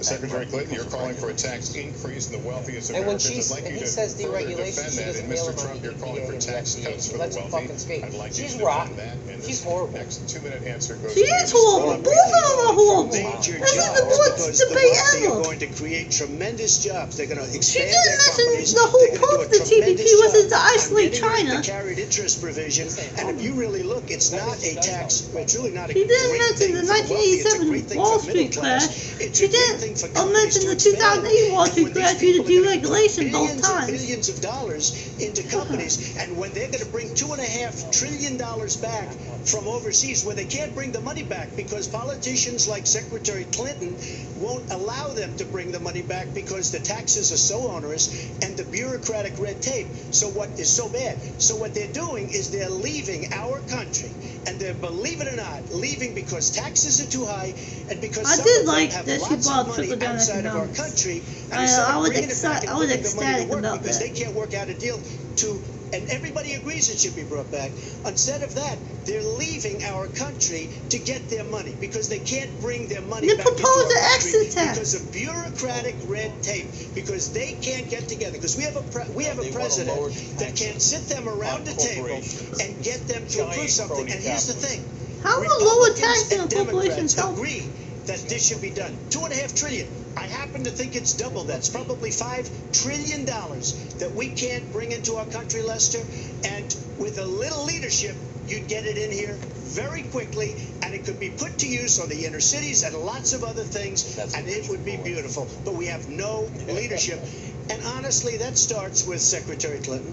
All right, you have 2 minutes on the same question to defend tax increases on the wealthiest Americans, Secretary Clinton. I have a feeling that by the end of this evening, I'm going to be blamed for everything that's ever happened. Why not? Why not? Yeah, why not? Just join the debate by saying more crazy things. Now, let me say there's nothing crazy about not letting our companies bring their money back into their country. This is Secretary Clinton's 2 minutes, please. I think he talked about outsourcing, and why not propose the exit tax like I said before? At your tax proposals. I don't see changes in the corporate tax rates or the kinds of proposals you're referring to that would cause the repatriation, bringing back of money that's stranded overseas. I happen to support that. I happen to support that in a way that will actually work to our benefit. But when I look at what you have proposed, you have what is called now the Trump loophole, because it would so advantage you and the business you do. You've proposed an approach that has a $4 billion tax benefit for your family. And when you look at what you are proposing, it is, as I said, trumped up trickle down. Trickle down did not work. This is their big bullshit. It got us into the mess we were in 2008 and 9. Slashing taxes on the wealthy hasn't worked. And a lot of really smart, wealthy people know that. And they are saying, hey, we need to do more to make the contributions we should be making to rebuild the middle class. I don't think top-down works in America. I think building the middle class, investing in the middle class, making college debt-free so more young people can get their education, helping people refinance their debt from college at a lower rate. Those are the kinds of things that will really boost the economy. Broad-based, inclusive growth is what we need in America, not more advantages for people at the very top. Mr. Trump, typical politician, all talk, no action, sounds good, doesn't work, never going to happen. Our country is suffering because people like Secretary Clinton have made such bad decisions in terms of our jobs and in terms of what's going on. Now, look, we have the worst revival of an economy since the Great Depression. And believe me, we're in a bubble right now. And the only thing that looks good is the stock market. But if you raise interest rates even a little bit, that's going to come crashing down. We are in a big, fat, ugly bubble. And we better be awfully careful. And we have a Fed that's doing political things. This Janet Yellen of the Fed. The Fed is doing political by keeping the interest rates at this level. And believe me, the day Obama goes off and he leaves and he goes out to the golf course for the rest of his life to play golf, when they raise interest rates, you're going to see some very bad things happen because the Fed is not doing their job. The Fed is being more political than Secretary Clinton. Mr. Trump, we're talking about the burden that Americans have to pay. Yet you have not released your tax returns. And the reason nominees have released their returns for decades is that voters will know if their potential president owes money to, who owes it to, and any business conflicts. Don't Americans have a right to know if there are any conflicts of interest? I don't mind releasing. I'm under a routine audit, and it'll be released. They'll show you're not worth as much money as you claim to be. You're only worth $4 billion. You claim to be $10 billion. It'll be worth $10 billion. A 104-page, essentially financial statement of sorts, the forms that they have. It shows income. In fact, the income, I just looked today, the income is filed at $694 million for this past year. $694 million. If you would have told me I was going to make that 15 or 20 years ago, I would have been very surprised. But that's the kind of thinking that our country needs. When we have a country that's doing so badly, that's being ripped off by every single country in the world, it's the kind of thinking that our country needs because everybody. You forgot to put the TPP to isolate China. With all of the countries that we do business with, of almost $800 billion a year. You know what that is? That means who's negotiating these trade deals? We have people that are political hacks negotiating our trade deals. The IRS has an audit of your taxes. You're perfectly free to release your taxes during an audit. And so the question, does the public's right to know outweigh your personal? Well, I told you, I will release them as soon as the audit. Look, I've been under audit almost for 15 years. I know a lot of wealthy people that have never been audited. I said, do you get audited? I get audited almost every year. And in a way, I should be complaining. I'm not even complaining. I don't mind it. It's almost become a way of life. I get audited by the IRS. But other people don't. I will say this. We have a situation in this country that has to be taken care of. I will release my tax returns against my lawyer's wishes when she releases her 33,000 emails that have been deleted. As soon as she releases them, I will release my tax returns. And that's against my lawyers. They say don't do it. I will tell you this. No, in fact, watching you probably don't pay any shows, taxes. reading the papers, Look at her. almost every lawyer says, Well, you you're don't not release your what did you returns say you until are? the audit's complete. When the audit's complete, I'll do it. But I would go against them if she releases her So email. it's negotiable?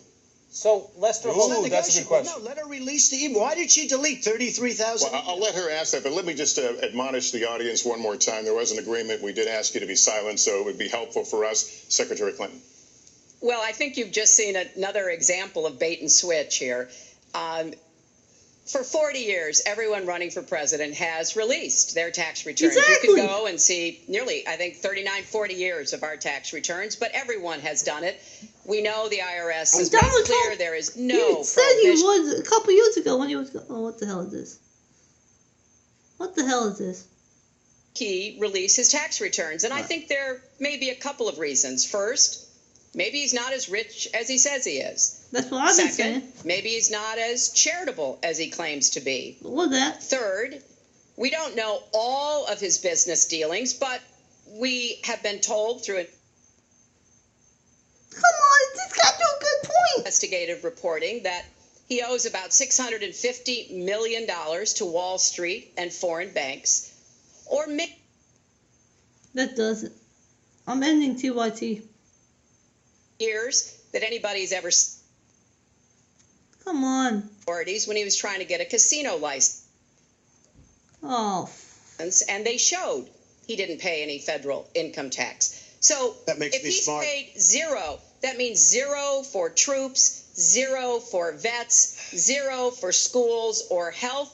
And I think probably he's not all that enthusiastic about having the rest of our country see what the real reasons are, because it must be something really important, even terrible, that he's trying to hide. And the financial disclosure statement, they don't give you the tax rate. They don't give you all the details that tax returns would.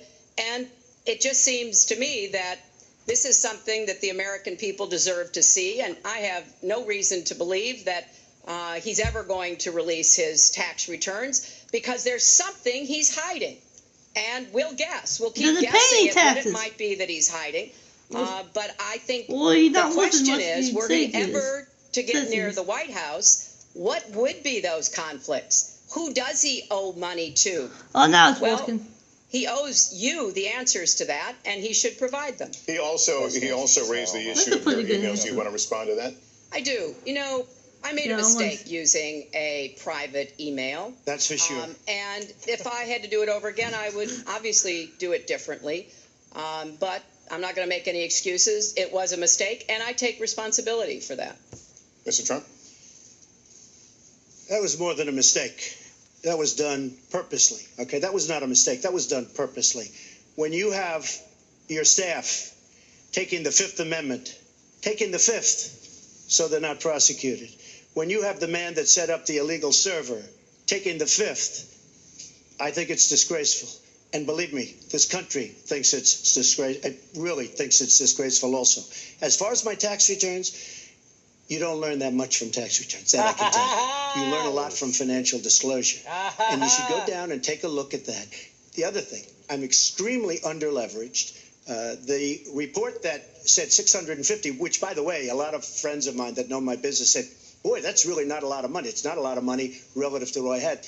The buildings that were in question, they said in the same report, which was, actually, it wasn't even a bad story, to be honest with you, but the buildings are worth $3.9 billion. And the 650 isn't even on that. But it's not 650. It's much less than that.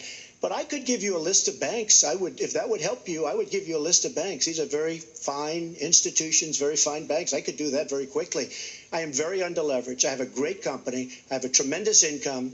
And the reason I say that is not in a braggadocious way. It's because it's about time that this country had somebody running it that has an idea about money.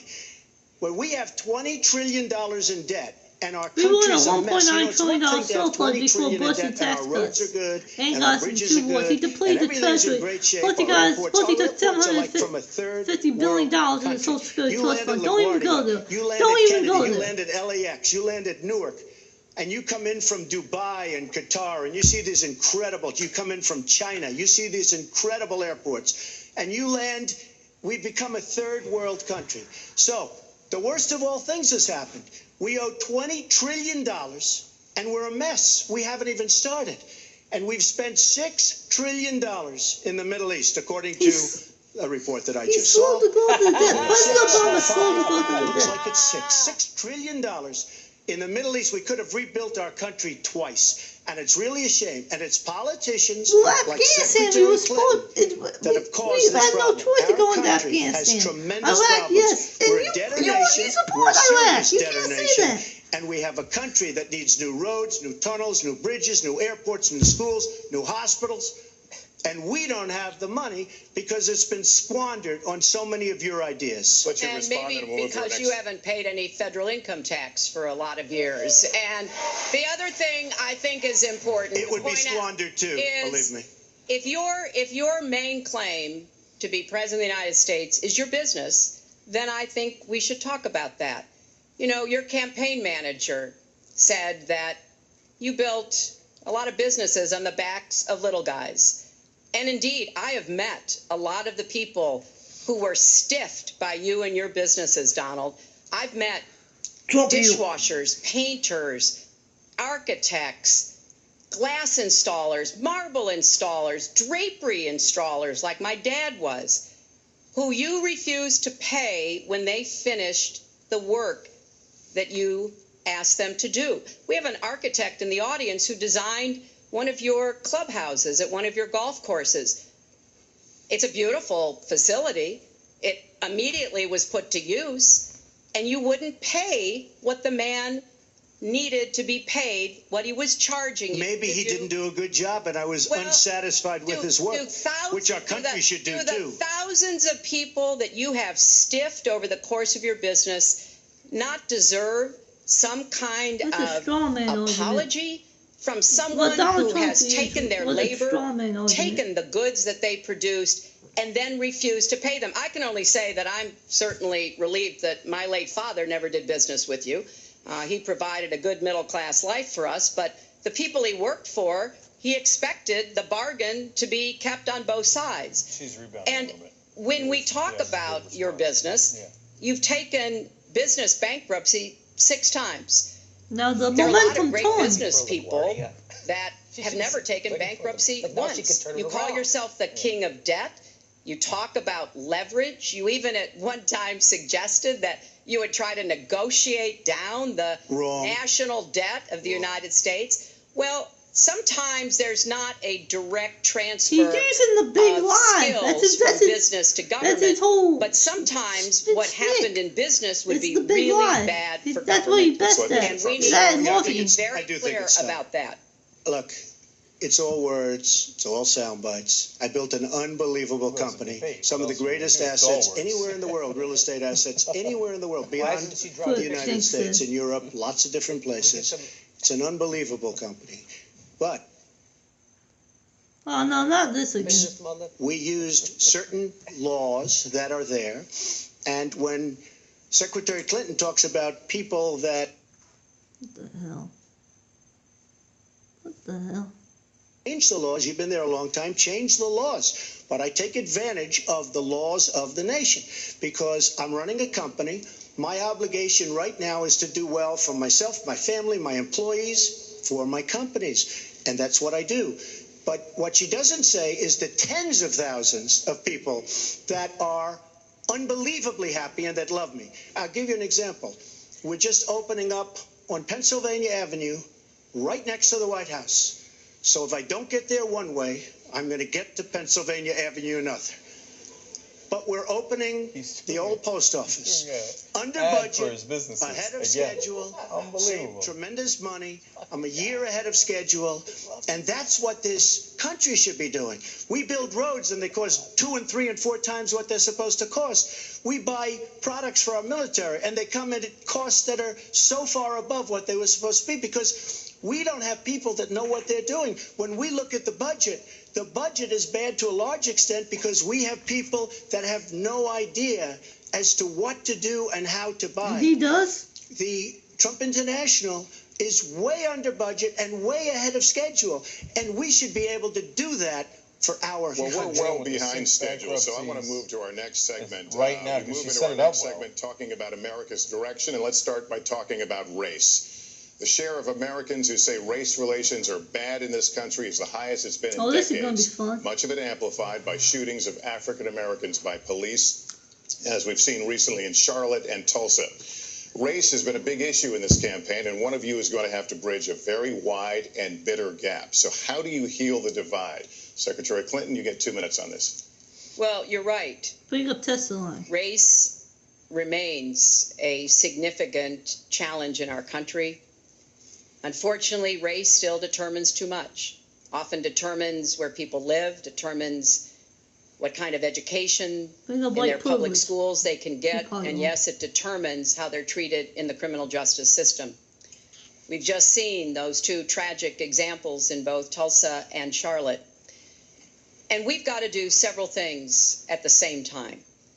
We have to restore trust between communities and the police. We have to work to make sure that our police are using the best training, the best techniques, that they're well prepared not lying on the affidavit to use force only when necessary. Everyone should be respected by the law, and everyone should respect the law. Right now, that's not the case in a lot of our neighborhoods. So I have, ever since the first day of my campaign, called for criminal justice reform. I've laid out a platform that I think will begin to remedy some of the problems we have in the criminal justice system. But we also have to recognize, in addition to the challenges that we face with policing, there are so many good, brave police officers who equally want reform. So we have to bring communities together in order to begin working on that as a mutual goal. And we've got to get guns out of the hands of people who should not have them. The gun epidemic is the leading cause of death of young African American men, more than the next 9 causes put together. So we have to do 2 things, as I said. We have to restore trust, we have to work with the police, we have to make sure they respect the communities and the communities respect them, and we have to tackle the plague of gun violence, which is a big contributor to a lot of the problems that we're seeing today. All right, Mr. Trump, you have 2 minutes. How do you heal the divide? Well, first of all, Secretary Clinton doesn't want to use a couple of words, and that's law and order. And we need law and order. If we don't have it, we're not going to have a country. And when I look at what's going on in Charlotte, a city I love, a city where I have investments, when I look at what's going on throughout various parts of our country, whether it's, I can just keep naming them all day long. We need law and order in our country. And I just got today, as you know, the endorsement of the Fraternal Order of Police. We just came in.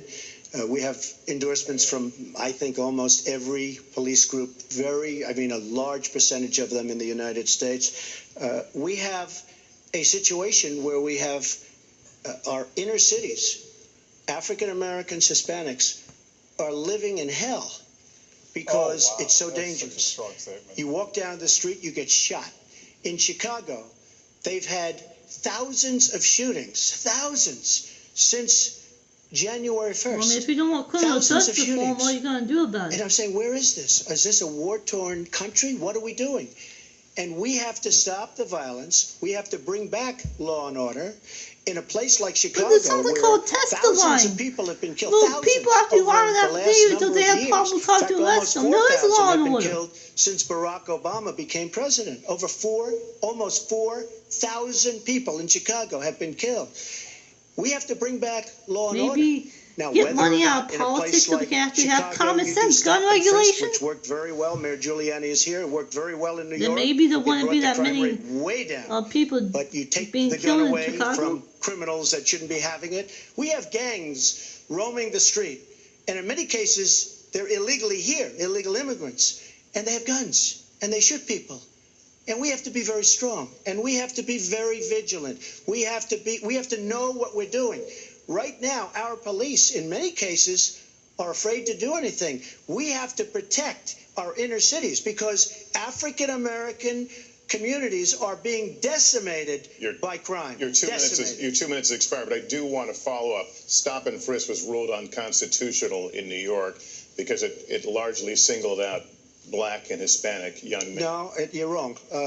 It went before a judge who was a very against police judge. It was taken away from her, and our mayor, our new mayor, refused to go forward with the case. They would have won an appeal. If you look at it throughout the country, there are many places where like I said, on the opposing view, that was a pretty good statistic. No, the argument is that we have to take the guns away from these people that have them and that are bad people that shouldn't have them. These are felons. These are people that are like I said before, people and it's on the that shouldn't pregame. When you have 3,000 shootings in Chicago from January 1st, when you have 4,000 people killed in Chicago, I want to stop you because you're black. From I the want to beginning stop of you the because you're presidency of Barack Obama, I want to frisk you, and I want to assume that you have drugs. Stop and frisk. Or, you need more police. Or some other, you need a better community contraband. Relation. You don't have good community relations in Chicago. It's terrible. I have property there. It's terrible what's going on in Chicago. But when you look, and Chicago's not the only. You go to Ferguson. You go to so many different places. You need better relationships. More police brutality. You need better relationships between the communities and the police, because in some cases it's not good. But you look at Dallas, where the relationships were really studied. The relationships were really a beautiful thing. And then 5 police officers were killed one night very violently. So there's some bad things going on, some really bad things. But we need, Lester, we need law and order. And we need law and order in the inner cities, because the people that are most affected by what's happening are African American and Hispanic people. And it's very unfair to them what our politicians are allowing to happen. Secretary Clinton. Well, I've heard Donald say this at his rallies, and it's really unfortunate that he paints such a dire, negative picture of black communities in our country. You know, the vibrancy of the black church, the black businesses that employ so many people, the opportunities that so many families are working to provide for their kids. There's a lot that we should be proud of and we should be supporting and lifting up. But we do always have to make sure we keep people safe. There are the right ways of doing it, and then there are ways that are ineffective. Stop and frisk was found to be unconstitutional, and in part because it was ineffective. It did not do what it needed to do. Now, I believe in community policing, and in fact, violent crime is 1/2 of what it was in 1991. Property crime is down 40%.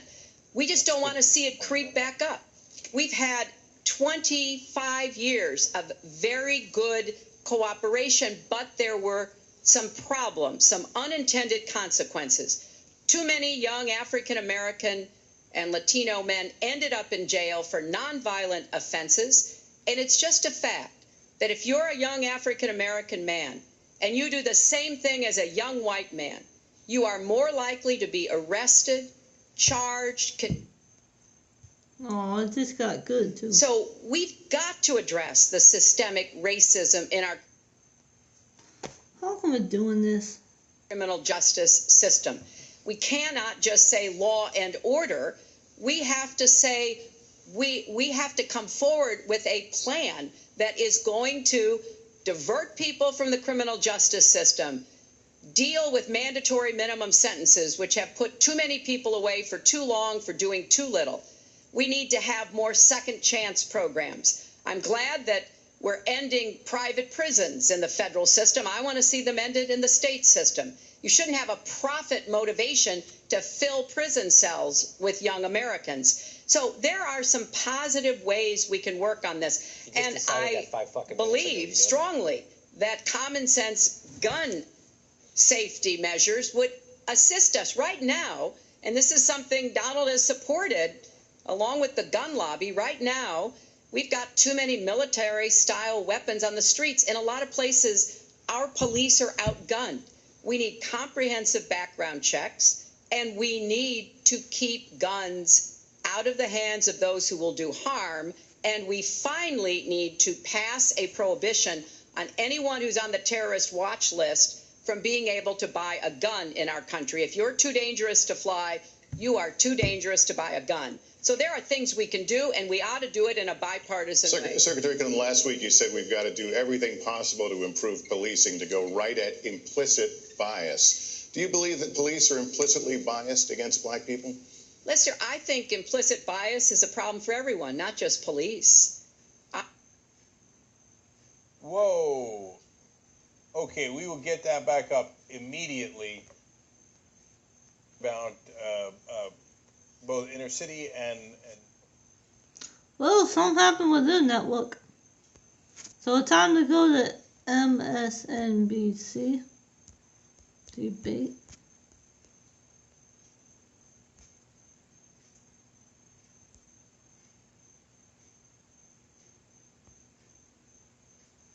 Well, I guess they don't have it. I know CNN does.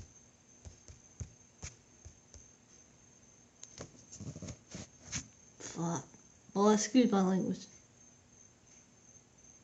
Sorry. Didn't mean to use that language.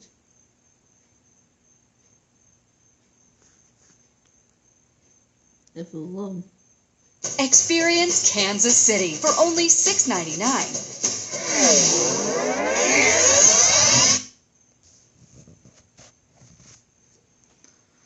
And a lot of people, even within my own party, want to give certain rights to people on watch lists and no-fly lists. I agree with you. When a person is on a watch list or a no-fly list, and I have the endorsement of the NRA, which I'm very proud of. These are very, very good people, and they're protecting the Second Amendment. But I think we have to look very strongly at no-fly lists and watch lists. And when people are on there, even if they shouldn't be on there, we'll help them. We'll help them legally. We'll help them get off. But I tend to agree with that quite strongly. I do want to bring up the fact that you were the one that brought up the word super predator about young black youth. And that's a term that I think was it's been horribly met, as you know. I think you've apologized for it. But I think it was a terrible thing to say. And when it comes to stop and frisk, you're talking about taking guns away. Well, I'm talking about taking guns away from gangs and people that use them. And I really don't think you disagree with me on this, if you want to know the truth. I think maybe there's a political reason why you can't say it, but I really don't believe. In New York City, stop and frisk, we had 2,200 murders, and stop and frisk brought it down to 500 murders. 500 murders is a lot of murders. Hard to believe 500 is like supposed to be good. But we went from 2,200 to 500, and it was continued on by Mayor Bloomberg, and it was terminated by current mayor. But stop and frisk had a tremendous impact on the safety of New York City, tremendous beyond belief. So when you say it has no impact, it really did. It had a very, very big impact. Well, it's also fair to say, if we're going to talk about mayors, that under the current mayor, crime has continued to drop, including murders. So there is. You're wrong. No, I'm not. Murders are up. All right, you check. New York has done an excellent job, and I give credit. I give credit across the board, going back to mayors, to police chiefs, because it has worked, and other communities need to come together to do what will work as well. Look, one murder is too many. But it is important that we learn about what has been effective and not go to things that sound good that really did not have the kind of impact that we would want.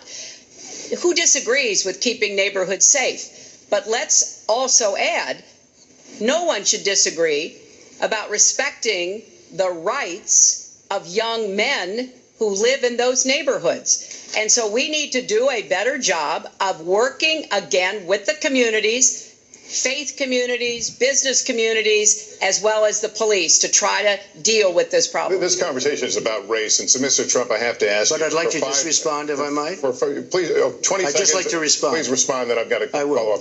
Look, the African American community has been let down by our politicians. They talk good around election time, like right now, and after the election, they said, "See you later. I'll see you in 4 years." The African American community, look, the community within the inner cities has been so badly treated.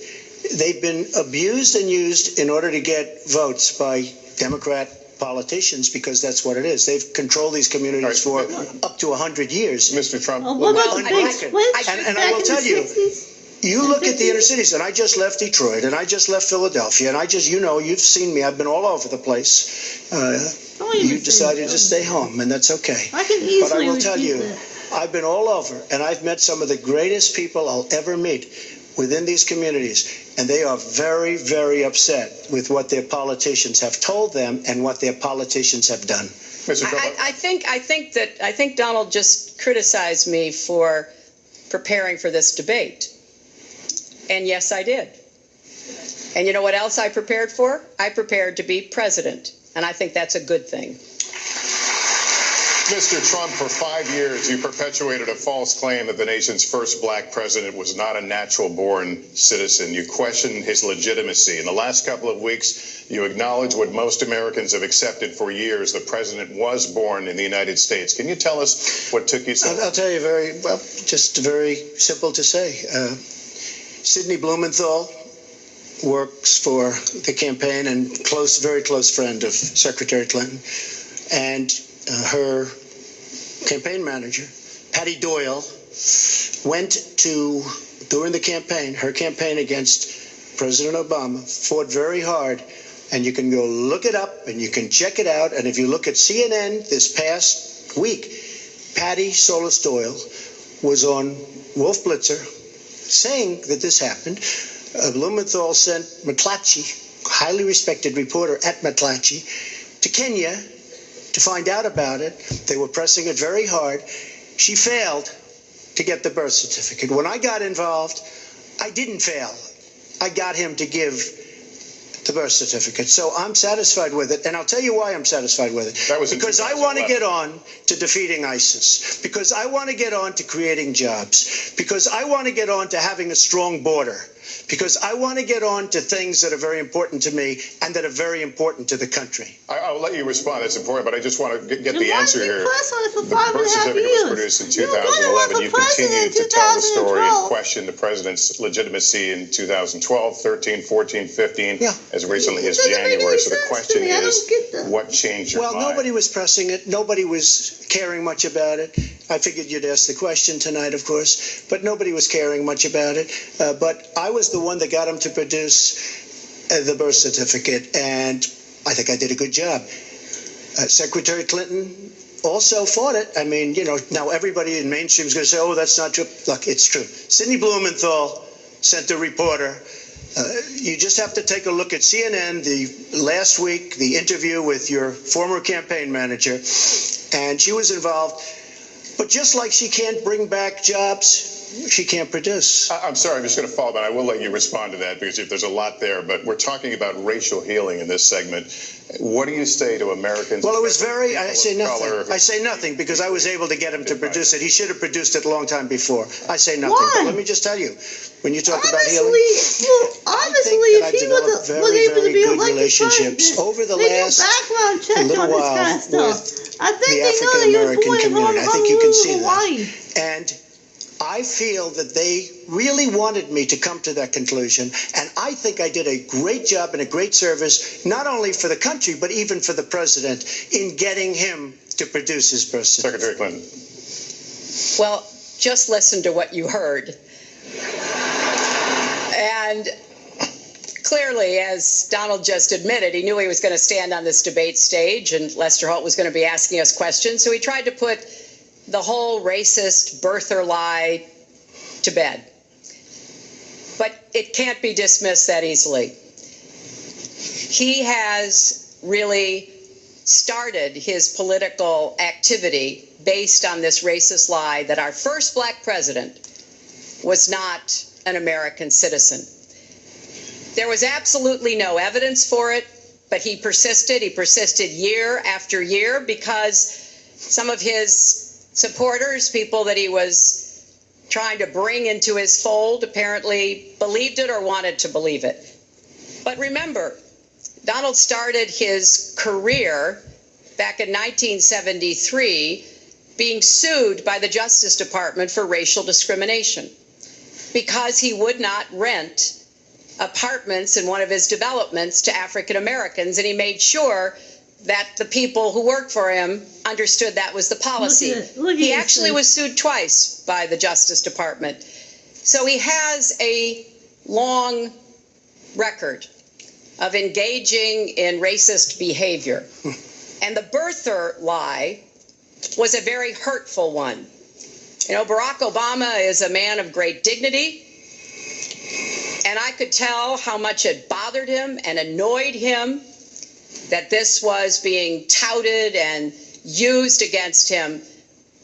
But I like to remember what Michelle Obama said in her amazing speech at our Democratic National Convention. When they go low, we go high. And Barack Obama went high, despite Donald Trump's best efforts to bring him down. Mr. Trump, you can respond, then we're going to move on to the next segment. I would love to respond. First of all, I got to watch, in preparing for this, some of your debates against Barack Obama. You treated him with terrible disrespect. And I watched the way you talk now about how lovely everything is and how wonderful you are. It doesn't work that way. You were after him, you were trying to, you even sent out, or your campaign sent out, pictures of him in a certain garb, very famous pictures, I don't think you can deny that. But just last week, your campaign manager said it was true. So when you try to act holier than thou, it really doesn't work. It really doesn't. Now, as far as the lawsuit, yes, when I was very young, I went into my father's company, had a real estate company in Brooklyn and Queens, and we, along with many, many other companies throughout the country, it was a federal lawsuit, were sued. We settled the suit with no admission of guilt. It was very easy to do, but they sued many people. I notice you bring that up a lot, and I also noticed the very nasty commercials that you do on me in so many different ways, which I don't do on you. Maybe I'm trying to save the money, but frankly, I look at that and I say, isn't that amazing? Because I settled that lawsuit with no admission of guilt, but that was a lawsuit brought against many real estate firms, and it's just one of those things. I'll go on one step further. In Palm Beach, Florida, tough community, a brilliant community, a wealthy community, probably the wealthiest community there is in the world. I opened a club and really got great credit for it. No discrimination against African Americans, against Muslims, against anybody. And it's a tremendously successful club, and I'm so glad I did it. And I have been given great credit for what I did, and I'm very, very proud of it. And that's the way I feel.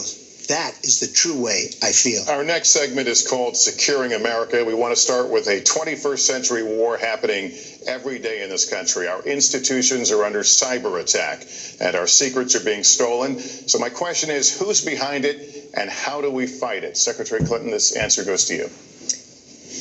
Well, I think cybersecurity, cyber warfare will be one of the biggest challenges facing the next president, because clearly we're facing at this point two different kinds of adversaries. There are the independent hacking groups that do it mostly for commercial reasons, to try to steal information that they then can use to make money. But increasingly, we are seeing cyber attacks coming from states, organs of states. The most recent and troubling of these has been Russia. There's no doubt now that Russia has used cyber attacks against all kinds of organizations in our country, and I am deeply concerned about this. I know Donald's very praiseworthy of Vladimir Putin, but Putin is playing a really tough, long game here. And one of the things he's done is to let loose cyber attackers to hack into government files, to hack into personal files, hack into the Democratic National Committee. And we recently have learned that, that this is one of their preferred methods of trying to wreak havoc and collect information. We need to make it very clear, whether it's Russia, China, Iran, or anybody else, the United States has much greater capacity. And we are not going to sit idly by and permit state actors to go after our information, our private sector information or our public sector information. And we're going to have to make it clear that we don't want to use the kinds of tools that we have. We don't want to engage in a different kind of warfare, but we will defend the citizens of this country. And the Russians need to understand that. I think they've been treating it as almost a probing. How far would we go? How much would we do? And that's why I was so shocked when Donald publicly invited Putin to hack into Americans. That is just unacceptable. It's one of the reasons why 50 national security officials who served in Republican administration have said that Donald is unfit to be the commander-in-chief. It's comments like that that really worry people who understand the threats that we face. Mr. Trump, you have 2 minutes in the same question. Who's behind it? How do we fight I do want to say that I was just endorsed, and more are coming next week. It'll be over 200 admirals, many of them are here, admirals and generals endorsed me to lead this country. That just happened, and many more are coming, and I'm very proud of it. In addition, I was just endorsed by ICE. They've never endorsed anybody before on immigration. I was just endorsed by ICE. I was just recently endorsed 16,500 Border Patrol agents. So when Secretary Clinton talks about this, I mean, I'll take the admirals and I'll take the generals any day over the political hacks that I see that have led our country so brilliantly over the last 10 years with their knowledge, okay? Because look at the mess that we're in. Look at the mess that we're in. As far as the cyber, I agree to parts of what Secretary Clinton said. We should be better than anybody else, and perhaps we're not. I don't think anybody knows it was Russia that broke into the DNC. She's saying Russia, Russia, Russia, but maybe it was. I mean, it could be Russia, but it could also be China. It could also be lots of other people. It also could be somebody sitting on their bed that weighs 400 pounds, okay? You don't know who broke in to DNC, but what did we learn with DNC? We learned that Bernie Sanders was taken advantage of by your people, by Debbie Wasserman Schultz. Look what happened to her. But Bernie Sanders was taken advantage of. That's what we learned. Now, whether that was Russia, whether that was China, whether it was another country, we don't know. Because the truth is, under President Obama, we've lost control of things that we used to have control over. We came in with the internet, we came up with the internet, and I think Secretary Clinton and myself would agree very much. When you look at what ISIS is doing with the internet, they're beating us at our own game, ISIS. So we have to get very, very tough on cyber and cyber warfare. It is a huge problem. I have a son. He's 10 years old. He has computers. He is so good with these computers. It's unbelievable. The security aspect of cyber is very, very tough, and maybe it's hardly doable. But I will say we are not doing the job we should be doing. But that's true throughout our whole governmental society. We have so many things that we have to do better, Lester, and certainly cyber is one of them. Secretary Clinton? Well, I think there are a number of issues that we should be addressing. I have put forth a plan to defeat ISIS. It does involve going after them online. I think we need to do much more with our tech companies to prevent ISIS and their operatives from being able to use the internet to radicalize, even direct people in our country and Europe and elsewhere. But we also have to intensify our air strikes against ISIS and eventually support our Arab and Kurdish partners to be able to actually take out ISIS in Raqqa and their claim of being a caliphate. We're making progress. Our military is assisting in Iraq, and we're hoping that within the year we'll be able to push ISIS out of Iraq and then, really squeeze them in Syria. But we have to be cognizant of the fact that they've had foreign fighters coming to volunteer for them, foreign money, foreign weapons. So we have to make this the top priority, and I would also do everything possible to take out their leadership. I was involved in a number of efforts to take out al-Qaeda leadership when I was Secretary of State, including, of course, taking out bin Laden, and I think we need to go after Baghdadi as well, make that one of our organizing principles, because we've got to defeat ISIS, and we've got to do everything we can to disrupt their propaganda efforts online. You mentioned ISIS, and we think of ISIS certainly as over there, but there are American citizens who have been inspired to commit acts of terror on American soil. The latest incident, of course, the bombings we just saw in New York and New Jersey, the knife attack at a mall in Minnesota, and the last year, deadly attacks in San Bernardino and Orlando. I'll ask this to both of you. Tell us specifically how you would prevent homegrown attacks by American citizens, Mr. Trump. Well, first I have to say one thing, very important. Secretary Clinton is talking about taking out ISIS. We will take out ISIS. Well, President Obama and Secretary Clinton created a vacuum the way they got out of Iraq. Because they got out, well, they shouldn't have been in, but once they got in, the way they got out was a disaster. And ISIS was formed. So she talks about taking them out. She's been doing it a long time. She's been trying to take them out for a long time. But they wouldn't have even been formed if they left some troops behind, like 10,000 or maybe something more than that. And then you wouldn't have had them. Or, as I've been saying for a long time, and I think you'll agree because I said it to you once, had we taken the oil, and we should have taken the oil, ISIS would not have been able to form either, because the oil was their primary source of income.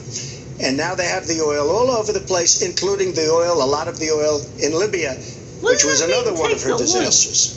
How in the world are you supposed to take the oil? Well, I hope the fact checkers are turning up the volume and really working hard. Donald supported the invasion of Iraq. Wrong. That is absolutely wrong. Over and over again. Wrong. He actually advocated for the actions we took in Libya and urged that Gaddafi be taken out after actually doing some business with him one time. But the larger point, he says this constantly, is George W. Bush made the agreement about when American troops would leave Iraq, not Barack Obama. And the only way that American troops could have stayed in Iraq is to get an agreement from the then Iraqi government that would have protected our troops. And the Iraqi government would not give that. But let's talk about the question you asked, Lester. The question you asked is, what do we do here in the United States? That's the most important part of this. How do we prevent attacks? How do we protect our people? And I think we've got to have an intelligence surge where we are looking for every scrap of information. I was so proud of law enforcement in New York, in Minnesota, in New Jersey. You know, they responded so quickly, so professionally to the attacks that occurred by Rahami. And they brought him down. And we may find out more information because he is still alive, which may prove to be an intelligence benefit. So we've got to do everything we can to vacuum up intelligence from Europe, from the Middle East. That means we've got to work more closely with our allies. And that's something that Donald has been very dismissive of. We're working with NATO, the longest military alliance in the history of the world, to really turn our attention to terrorism. We're working with our friends in the Middle East, many of which, as you know, are Muslim majority nations. Donald has consistently insulted Muslims abroad, Muslims at home, when we need to be cooperating with Muslim nations and with the American Muslim community. They're on the front lines. They can provide information to us that we might not get anywhere else. They need to have close working cooperation with law enforcement in these communities, not be alienated and pushed away, as some of Donald's rhetoric, unfortunately, has led to. Mr. Well, I'd have to respond. Please respond. The Secretary said very strongly about working with. We've been working with them for many years. And we have the greatest mess anyone's ever seen. You look at the Middle East, it's a total mess. Under your direction to a large extent. But you look at the Middle East, you started the Iran deal. That's another beauty where you have a country that was ready to fall. I mean, they were doing so badly. They were choking on the sanctions, and now they're going to be actually probably a major power at some point pretty soon, the way they're going. But when you look at NATO, I was asked on a major show, what do you think of NATO? Now, you have to understand, I'm a business person. I did really well, but I have common sense. And I said, well, I'll tell you, I haven't given lots of thought to NATO, but two things. Number one, the 28 countries of NATO, many of them aren't paying their fair share. Number two, and that bothers me because we should be, as we're defending them, and they should at least be paying us what they're supposed to be paying by treaty and contract. And number two, I said, and very strongly, NATO could be obsolete because, and I was very strong on this, and it was actually covered very accurately in the New York Times, which is unusual for the New York Times, to be honest. But I said, they do not focus on terror. And I was very strong, and I said it numerous times. And about 4 months ago, I read on the front page of the Wall Street Journal that NATO is opening up a major terror division. And I think that's great. And I think we should get, because we pay approximately 73% of the cost of NATO. It's a lot of money to protect other people. But I'm all for NATO. But I said they have to focus on terror also. And they're going to do that. And that was, believe me, I'm sure I'm not going to get credit for it, but that was largely because of what I was saying and my criticism of NATO. I think we have to get NATO to go into the Middle East with us, in addition to surrounding nations, and we have to knock the hell out of ISIS, and we have to do it fast. When ISIS formed in this vacuum created by Barack Obama and Secretary Clinton, and believe me, you were the ones that took out the troops. Not only that, you named the day. They couldn't believe it. They sat back probably and said, I can't believe it. They said, no, wait a minute. We've covered when they formed, this is something that never should have happened. It should have never happened. Now, you're talking about taking out ISIS, but you were there and you were Secretary of State when it was a little infant. Now it's in over 30 countries. And you're going to stop them? I don't think so. Mr. Trump, a lot of these are judgment questions. You had supported the war in Iraq before the invasion. What makes your I did not support the war in Iraq. 2002. That is a mainstream media nonsense put out by her, because she, frankly, I think the best person in her campaign is mainstream media. My question is, since you would you like to hear? Why is your war? Wait a minute. I was against the war in Iraq, just so you put it out. The record shows otherwise. The record does not show that. Why was your judgment? The record shows that I'm right. When I did an interview with Howard Stern, very lightly, first time anyone's asked me that, I said, very lightly, I don't know, maybe, who knows, essentially. I then did an interview with Neil Cavuto. We talked about the economy is more important. I then spoke to Sean Hannity, which everybody refuses to call Sean Hannity. I had numerous conversations with Sean Hannity at Fox, and Sean Hannity said, and he called me the other day, and I spoke to him about it. He said, you were totally against the war, because he was for the war. Why is your judgment better than... And that was before the war started. Sean Hannity said very strongly to me and other people, he's willing to say it, but nobody wants to call him, I was against the war. He said, you used to have fights with me because Sean was in favor of the war. And I understand that side also, not very much, because we should have never been there. But nobody called Sean Hannity. And then they did an article in a major magazine shortly after the war started, I think in 2004, but they did an article which had me totally against the war in Iraq. And one of your compatriots said, you know, whether it was before or right after, Trump was definitely, because if you read this article, there's no doubt. But if somebody, and I'll ask the press, if somebody would call up Sean Hannity, this was before the war started, he and I used to have arguments about the war. I said it's a terrible and a stupid thing. It's going to destabilize the Middle East, and that's exactly what it's done. It's been a disaster. My reference was to what you had said in 2002, and my question was, why is your judgment any different than Mrs. Clinton? Well, I have much better judgment than she does. There's no question about that. I also have a much better temperament than she has.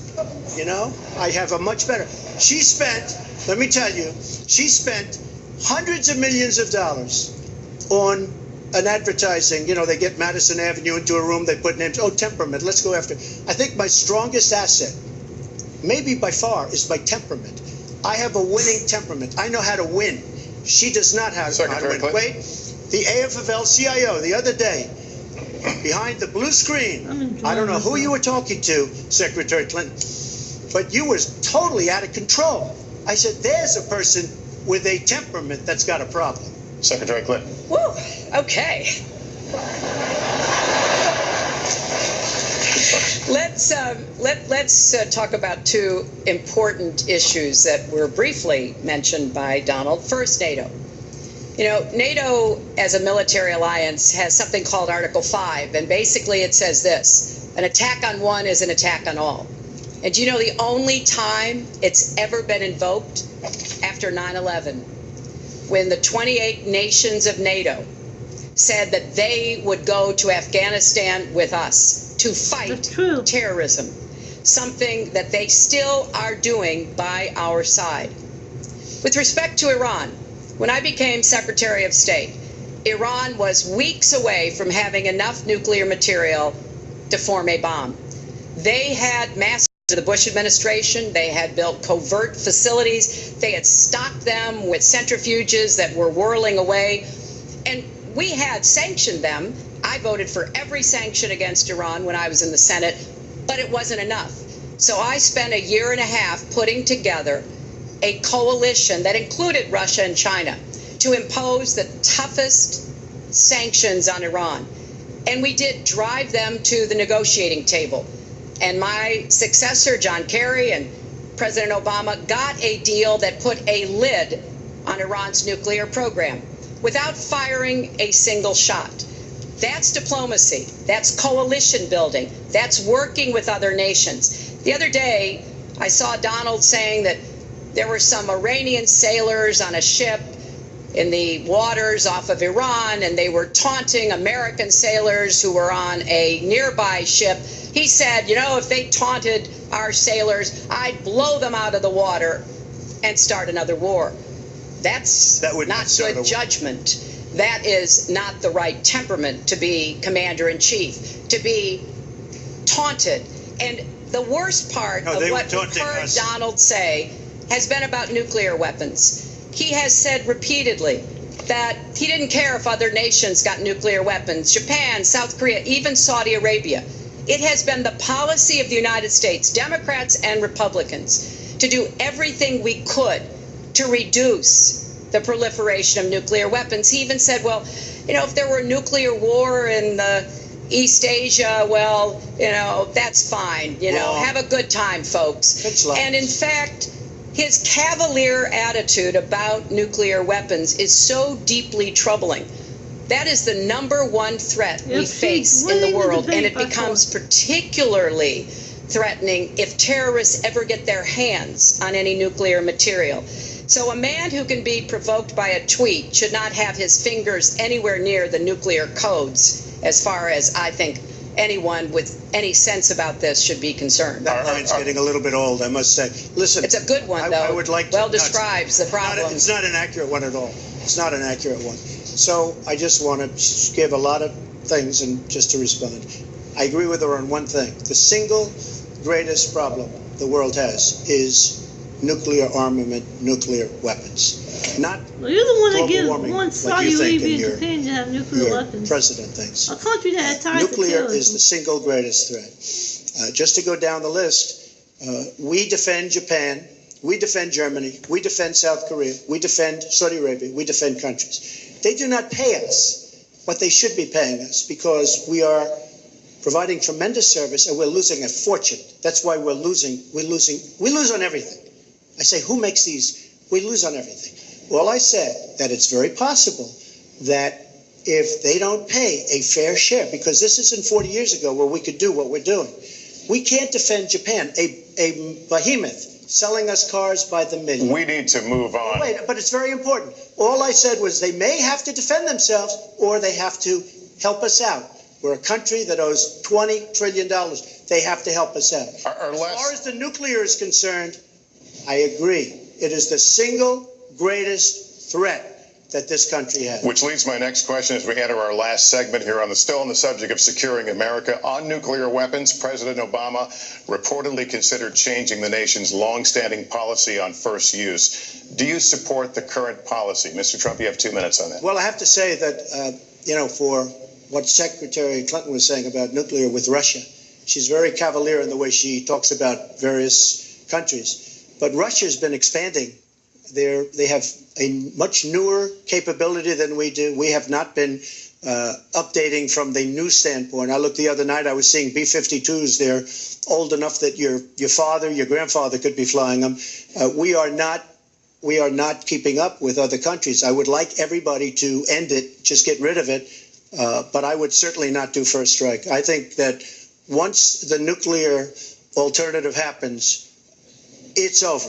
At the same time, we have to be prepared. I can't take anything off the table because you look at some of these countries, you look at North Korea, we're doing nothing there. China should solve that problem for us. China should go into North Korea. China is totally powerful as it relates to North Korea. And by the way, another one powerful is the worst deal I think I've ever seen negotiated that you started is the Iran deal. Iran is one of their biggest trading partners. Iran has power over North Korea. And when they made that horrible deal with Iran, they should have included the fact that they do something with respect to North Korea. And they should have done something with respect to Yemen and all these other places. And when asked to Secretary Kerry, why didn't you do that? Why didn't you add other things into the deal? One of the great giveaways of all time, including $400 million in cash. Nobody's ever seen that before. That turned out to be wrong. It was actually $1.7 billion in cash. Obviously, I guess, for the hostages, it certainly looks that way. So you say to yourself, why didn't they make the right deal? This is one of the worst deals ever made by any country in history. The deal with Iran will lead to nuclear problems. All they have to do is sit back 10 years, and they don't have to do much. And they're going to end up burying nuclear. I met with Bibi Netanyahu the other day. Believe me, he is not a happy camper. Why do you want war? Mrs. Clinton, Secretary Clinton, you have 2 minutes. Let me start by saying words matter.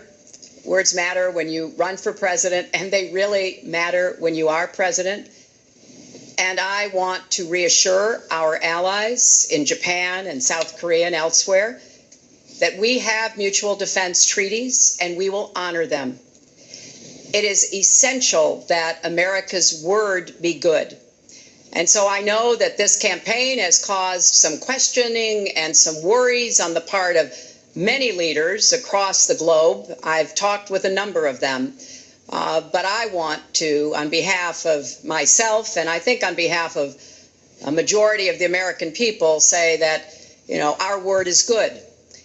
It's also important that we look at the entire global situation. There's no doubt that we have other problems with Iran, but personally I'd rather deal with the other problems having put that lid on their nuclear program than still to be facing that. And Donald never tells you what he would do. Would he have started a war? Would he have bombed Iran? If he's going to criticize a deal that has been very successful in giving us access to Iranian facilities that we never had before, then he should tell us what his alternative would be. But it's like his plan to defeat ISIS. He says it's a secret plan, but the only secret is that he has no plan. So we need to be more precise in how we talk about these issues. People around the world follow our presidential campaigns so closely, trying to get hints about what we will do. Can they rely on us? Are we going to lead the world with strength and in accordance with our values? That's what I intend to do. I intend to be a leader of our country that people can count on, both here at home and around the world, to make decisions that will further peace and prosperity, but also stand up to bullies, whether they're abroad or at home.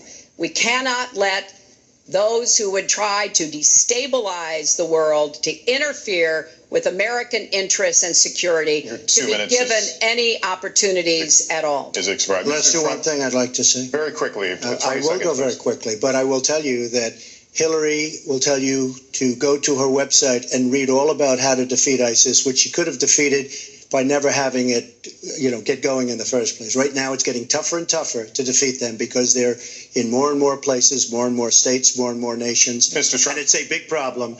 And as far as Japan is concerned, I want to help all of our allies. But we are losing billions and billions of dollars. We cannot be the policeman of the world. We cannot protect countries all over the world where they're not paying us what we need. We have just a few final questions. She doesn't say that because she's got no business ability. We need heart. We need a lot of things, but you have to have some basic ability. And sadly, she doesn't have that. All of the things that she's talking about could have been taken care of during the last 10 years, let's say, while she had great power, but they weren't taken care of. And if she ever wins this race, they won't be taken care of. Mr. Trump, this year, Secretary Clinton became the first woman nominated for president by a major party. Earlier this month, you said she doesn't have, quote, a presidential look. She's standing here right now. What did you mean by that? She doesn't have the look. She doesn't have the stamina. I said she doesn't have the stamina. And I don't believe she does have the stamina. To be president of this country, you need tremendous stamina. The quote was, I just don't think she has a presidential look. Wait a minute, Leslie, you asked me a question. Did you ask me a question? You have to be able to negotiate our trade deals. You have to be able to negotiate, that's right, with Japan, with Saudi Arabia. What does that mean? I mean, can you imagine we're defending Saudi Arabia, and with all of the money they have, we're defending them, and they're not paying? All you have to do is speak to them. Right. You have so many different things you have to be able to do, and I don't believe that Hillary has the stamina. Let's let her respond. Well, as soon as he travels to 112 countries and negotiates a peace deal, a ceasefire, a release of dissidents, an opening of new opportunities in nations around the world, or even spends 11 hours testifying in front of a congressional committee, he can talk to me about stamina. The world, let me tell you, Hillary has experience, but it's bad experience. We have made so many bad deals during the last, so she's got experience, that I agree, but it's bad experience. Whether it's the Iran deal that you're so in love with, where we gave them $150 billion back, whether it's the Iran deal, whether it's anything you can name. You almost can't name a good deal. I agree. She's got experience, but it's bad experience. And this country can't afford to have another 4 years of that kind of experience. We are at the final question. One thing, Lester, is, you know, he tried to switch from looks to stamina. But this is a man who has called women pigs, slobs, and dogs. And someone who has said pregnancy is an inconvenience to employers, who has said women don't deserve equal pay unless they do as good a job as men.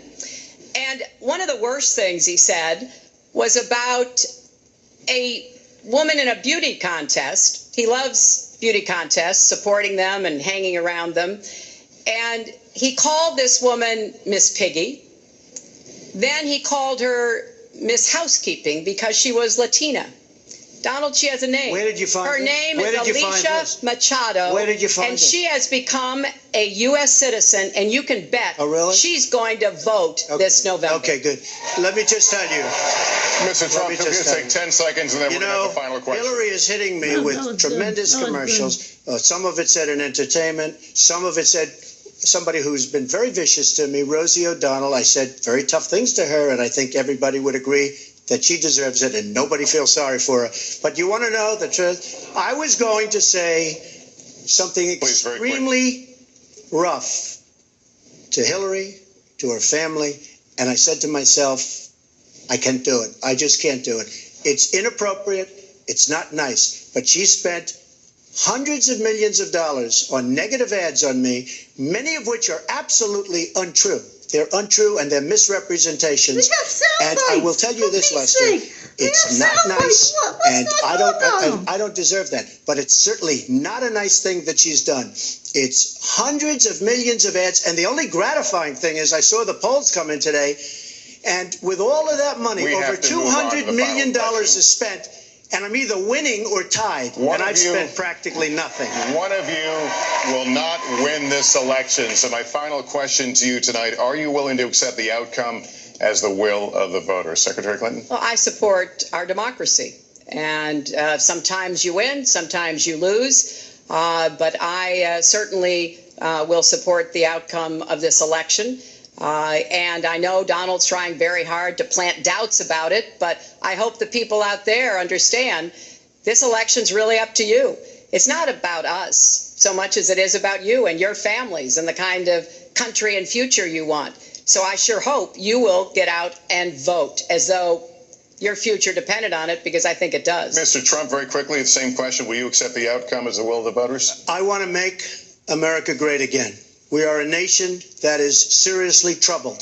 We're losing our jobs. People are pouring into our country. The other day, we were deporting 800 people, and perhaps they passed the wrong button, they pressed the wrong button, or perhaps, worse than that, it was corruption. But these people that we were going to deport for good reason ended up becoming citizens. And it was 800, and now it turns out it might be 1,800, and they don't even know. Will you accept Look, the outcome here's of the the story. election? I want to make America great again. I'm going to be able to do it. I don't believe Hillary will. The answer is, if she wins, I will absolutely support her. All right. Well, that is going to do it for us. That concludes our debate for this evening. A spirited one. We covered a lot of ground. Not everything, as I suspected we would. The next presidential debates are scheduled for October 9th at Washington University in St. Louis and October 19th at the University of Nevada, Las Vegas. The conversation will continue. A reminder, the vice presidential debate is scheduled for October 4th at Longwood University in Farmville, Virginia. My thanks to Hillary Clinton and to Donald Trump and to Hofstra University for hosting us tonight. Good night, everyone.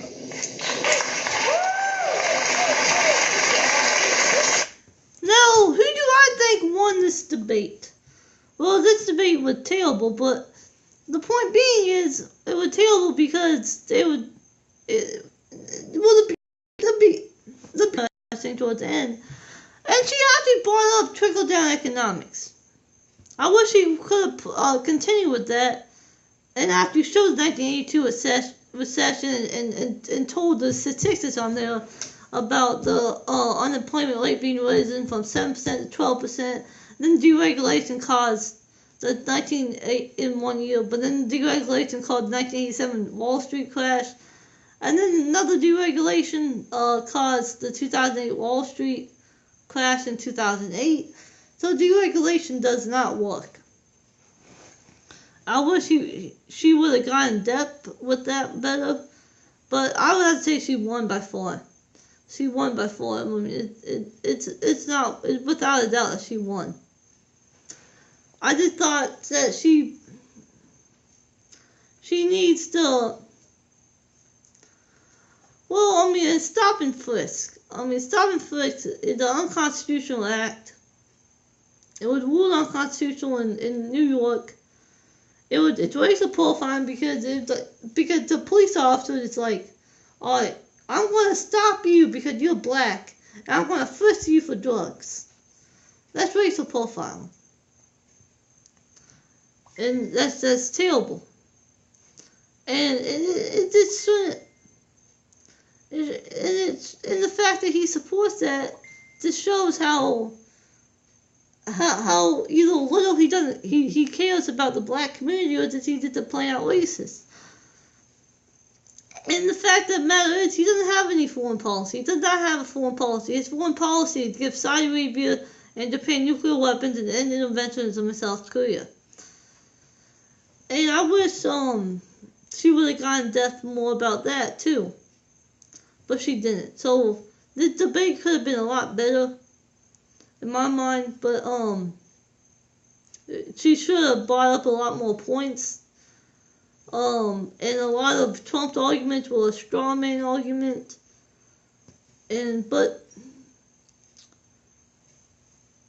it was a pretty good debate. I mean, the beginning was kind of terrible, but I mean, overall it was a pretty good debate.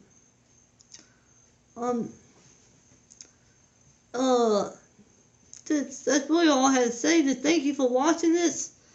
Thank you. I'll try to make one on October 4th for the maybe some more. God bless the United States of America.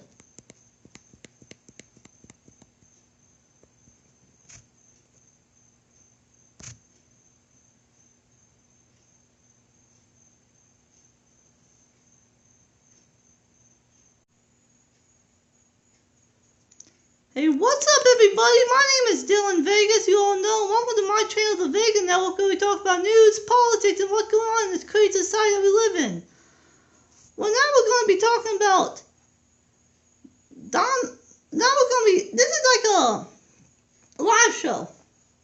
And, and this is going to be the first ever debate coverage. This is the pregame right now. It's a pregame. Yep, in the broadcast, I'm just double checking to make sure. This is my first ever using the software. The last time I did it, it wasn't recording, so I'm just double checking to make sure it's recording. Everything seems alright. Let me check on my Kindle now to see if the live show is up there, and then we'll get this show on the road. Well, the first, after I check on my Kindle, to see if the live show is up and running, which I hope it is. First of all, it would help if I go on YouTube. Dylan. I'm doing this on Dylan Vega, not the Vega Network, because I was having technical difficulties with the Vega Network, so I have to do it on Dylan Vega. But I will repost it onto the Vega Network after I get done with the live show.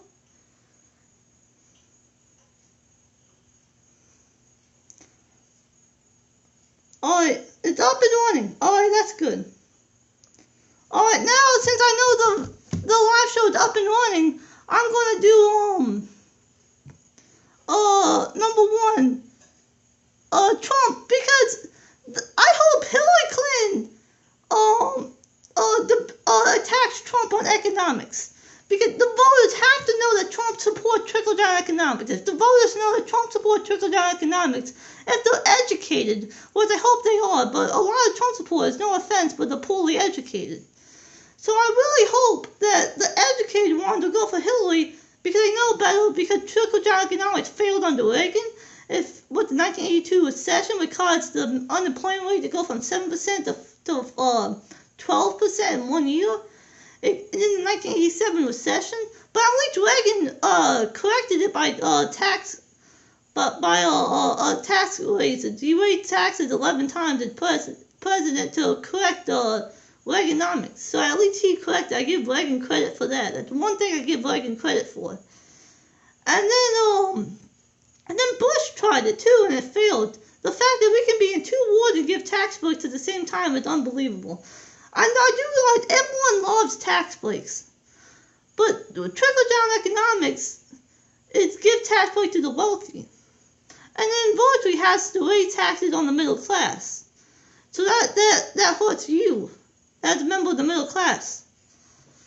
So I have him saying it's only 46 seconds long. So here it is, if I can, well, anyway, here it is.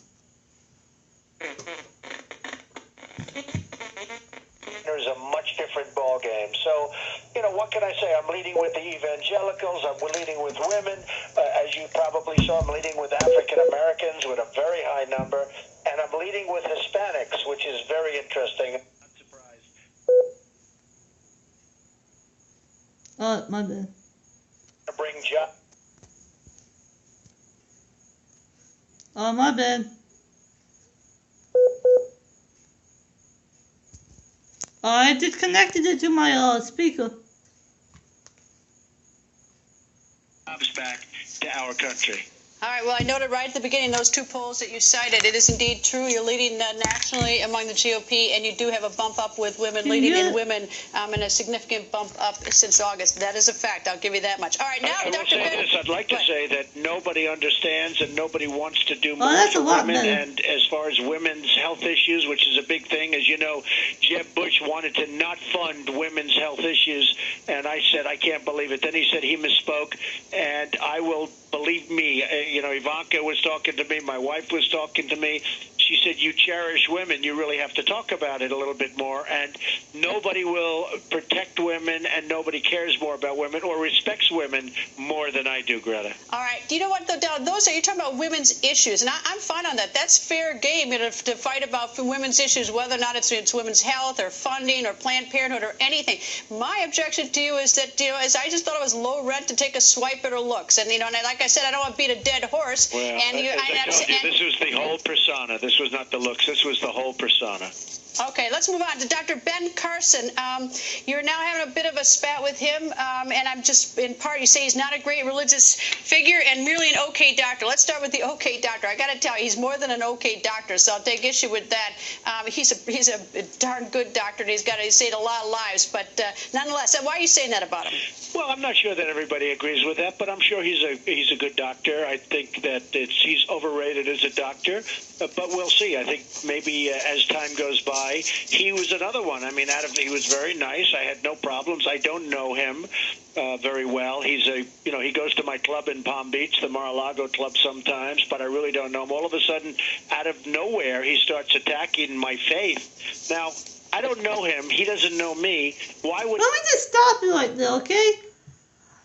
Donald Trump was the one that couldn't even quote a verse out of the Bible. He said, what's your favorite verse out of the Bible? He said, I don't know, too personal. Well, he didn't say I don't know, but he said too personal. So, Ben Carson, I'm not a big fan of his, but he had every right to attack his faith, because we all know Donald Trump couldn't give a crap about religion. So I just had to stop it right there. He attacked my faith. I thought that was a terrible thing. I don't attack people's faith when I don't know somebody, and I wouldn't attack it anyway. So I thought it was very inappropriate that he did that, and I thought it was nasty. So I let people know how I feel. All right, let's go across the aisle. Secretary of State Hillary Clinton seizing the moment for your comment about Carly Fiorina, now saying that she would love to debate you. Your thoughts on Hillary Clinton wanting to debate you? Well, I probably can think of nobody I'd rather debate. She was the worst Secretary of State in the history of this country, although I think John Kerry's going to top her. Ignore this. What the hell? We're having technical difficulties.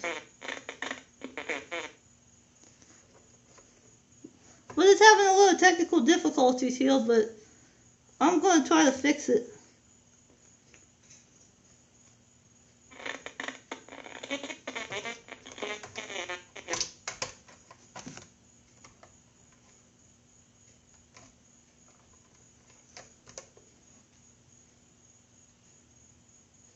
Well, maybe I'm going to have to unplug it. Can you hear this? Announcing your tax plans. Yes. But can you explain that and who you're going to raise taxes on? Okay. And are you rejecting trickle-down economics? Okay. So we will. I hope you can hear this. I can't make it that loud. What? This is very well.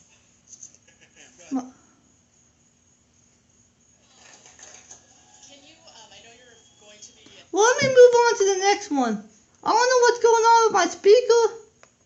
It was working fine, now it's acting up. But basically, I'm just going to summarize what he says. He said in the tax plan, in the tax plan,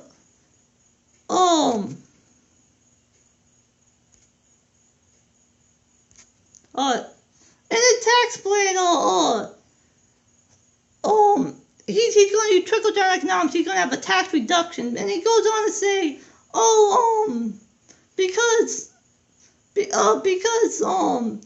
pay the highest number of taxes in the world, and blah blah blah, and all the rhetoric. And he said, we're going to ask for a tax reduction, but he failed to mention it's only going to be on the wealthy. He fails to mention that. He just failed to mention that, and I really wanted to show you the video. Let me see if it's working now. I have no idea why it's not working. It should work. It was working just a couple minutes ago. I have no idea. But I just really want you to see that, because maybe I can pull up on here. Yeah, I'm going to pull up on here, because I want you to see that really bad. Because it really shows that he supports trickle-down economics. And it shows, and we all know, like I said, it failed. Reaganomics failed. It caused the massive income inequality that we have today. It caused, it caused the shrinking of the middle class. It completely failed. Reaganomics failed. And so I'm going to try to see if I can show you that video, okay? Okay, let me see if this works. There, you can see the... Now let me just use... Plans. Yes. But can you hear that? Explain that and who you're going to raise taxes on. Okay. And are you rejecting trickle-down economics? Okay. So we will be announcing a tax plan over the next 4 weeks, probably sometime during the month of September. Who knows taxes more than me? I know the taxes very well. Yeah, hear your voice. I would say that probably before the end of September we'll have a very comprehensive plan. And one of the things will be simplification. And I believe we'll end up with a tax reduction, which to me is very important. You know, the United States, we pay the highest taxes in the world. We're going to be asking for a reduction. So I think overall people are going to be very happy. Yes, sir, go ahead. Oh, I didn't hear that. But you failed to mention it's going to be on the wealthy, like I keep saying. So, I just hope Clinton brings that up. Because Clinton, the voters have to know his economic policy, because that could get us into another recession. The voters have to know that. I urge every one of you to look into Trump's economic policies. If you're a Trump supporter, go to DonaldJTrump.com and look at a tax plan. Like he says, this was back in 2015. He said he changed it, but it's basically the same thing. It's still going to be tax cuts for the wealthy. And you might have tweaked it a little bit, but it's still going to be trickle-down economics in a nutshell. So, just look at his tax plan. I just want, if Hillary Clinton successfully attacks Trump on his economic policies, Hillary Clinton will win that debate fair and square. They're probably going to bring up national security and foreign policy. So Trump is probably going to try to attack Clinton on Benghazi and the email scandal and all this and that. But then Clinton can just rebuttal that and say, well, at least I have a foreign policy, unlike him. He wants to give Saudi Arabia and Japan nuclear weapons, a country that ties to terrorism. Plus, he wants to end interventionism in South Korea, for Pete's sake. And that will give Kim Jong-un the upper hand. So he can't attack Clinton on foreign policy. And then on immigration. All Clinton has to say is the Republican Party is the party for business. Trump hired illegal immigrant to build Trump Tower. He's a business owner. He's obviously going to cater to the business owners. What's better for business? Cheap labor. What's cheap labor? Illegal immigration. So why does he want to build a wall? All his points are easily refuted. You can easily refute all his points. And I'm probably going to end up having to get my Bluetooth speaker when I do the debate. And how come this keeps popping up? I'm probably going to have to do my Bluetooth speaker when I do the debate, because for some reason my radio right here is just not working. And because this is really loud, and my Bluetooth speaker isn't that loud, so I really want you guys to be able to hear it. But that's too bad. No. I want you guys to listen to Trump beating Hillary in a debate would be one of the most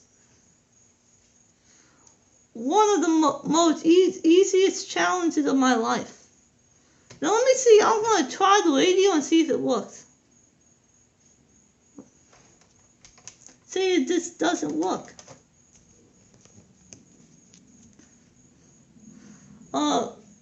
Grandma. My grandma's sitting here with me. She's watching it. But I'm asking her, can you go and get my pink Bluetooth speaker? Thank you.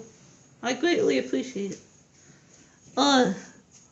what would it be without, what would I do without my grandma? Alright, so, now I got that taken care of. Everything should be fine now. Now, I'll look up that thing on here. I don't know why the radio isn't working. Alright, so,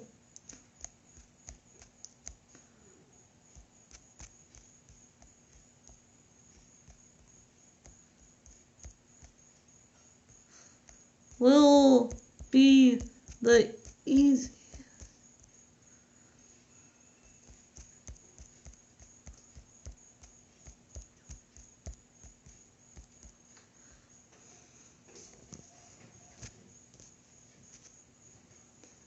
No, the other one. It's in my room. It's connected to my backpack. So that was my grandma. Oh, here it is. Oh, sorry, I kind of... Right now, the billionaire businessman taking heat for comments he made about Carly Fiorina in a Rolling Stone article published yesterday. Trump reportedly saying, "Look at that face. Would anyone vote for that? Can you imagine that? The face of our next president." So what does Donald Trump have to say now? Donald Trump joins us. Good evening, sir. Hello, Greta.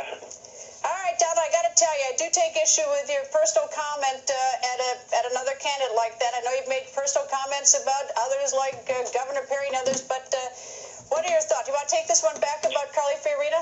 No, I'm talking about persona. We were watching television. Her persona is all tied up when you think about it. She's had a tremendous failed business. If you look at Hewlett-Packard, if you look at Lucent before Hewlett-Packard, she hasn't done well. And the only reason I even bring it up is, frankly, she hit me, she attacked me, and I therefore have to respond, and I've responded. And we're really talking about not a physical thing. We're talking about the persona. This is a woman that gets tremendous publicity, mostly on Fox, to be honest with you, and I don't know why, because I guess in that poll that you just quoted, she's at a very low number.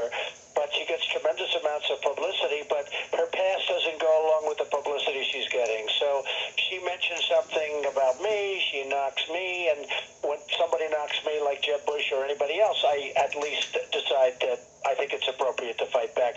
But we're talking only about her persona. All right, well, I don't want to beat a dead horse, but just so that I'm on the record to let you know, I don't think you're a first-time offender making a personal crack at a woman. That's the first thing. And second thing is that you didn't. The remark was about her face and not about her persona. So, but anyway, I don't want to beat a dead horse. It all goes hand in hand, and many of the statements. And if you notice, I'm leading with women, and this is nothing new because a colleague of yours mentioned something during the last debate. So this is nothing new, and yet I'm leading with women. Many of those comments are made as an entertainer because I did The Apprentice. It was one of the top shows on television.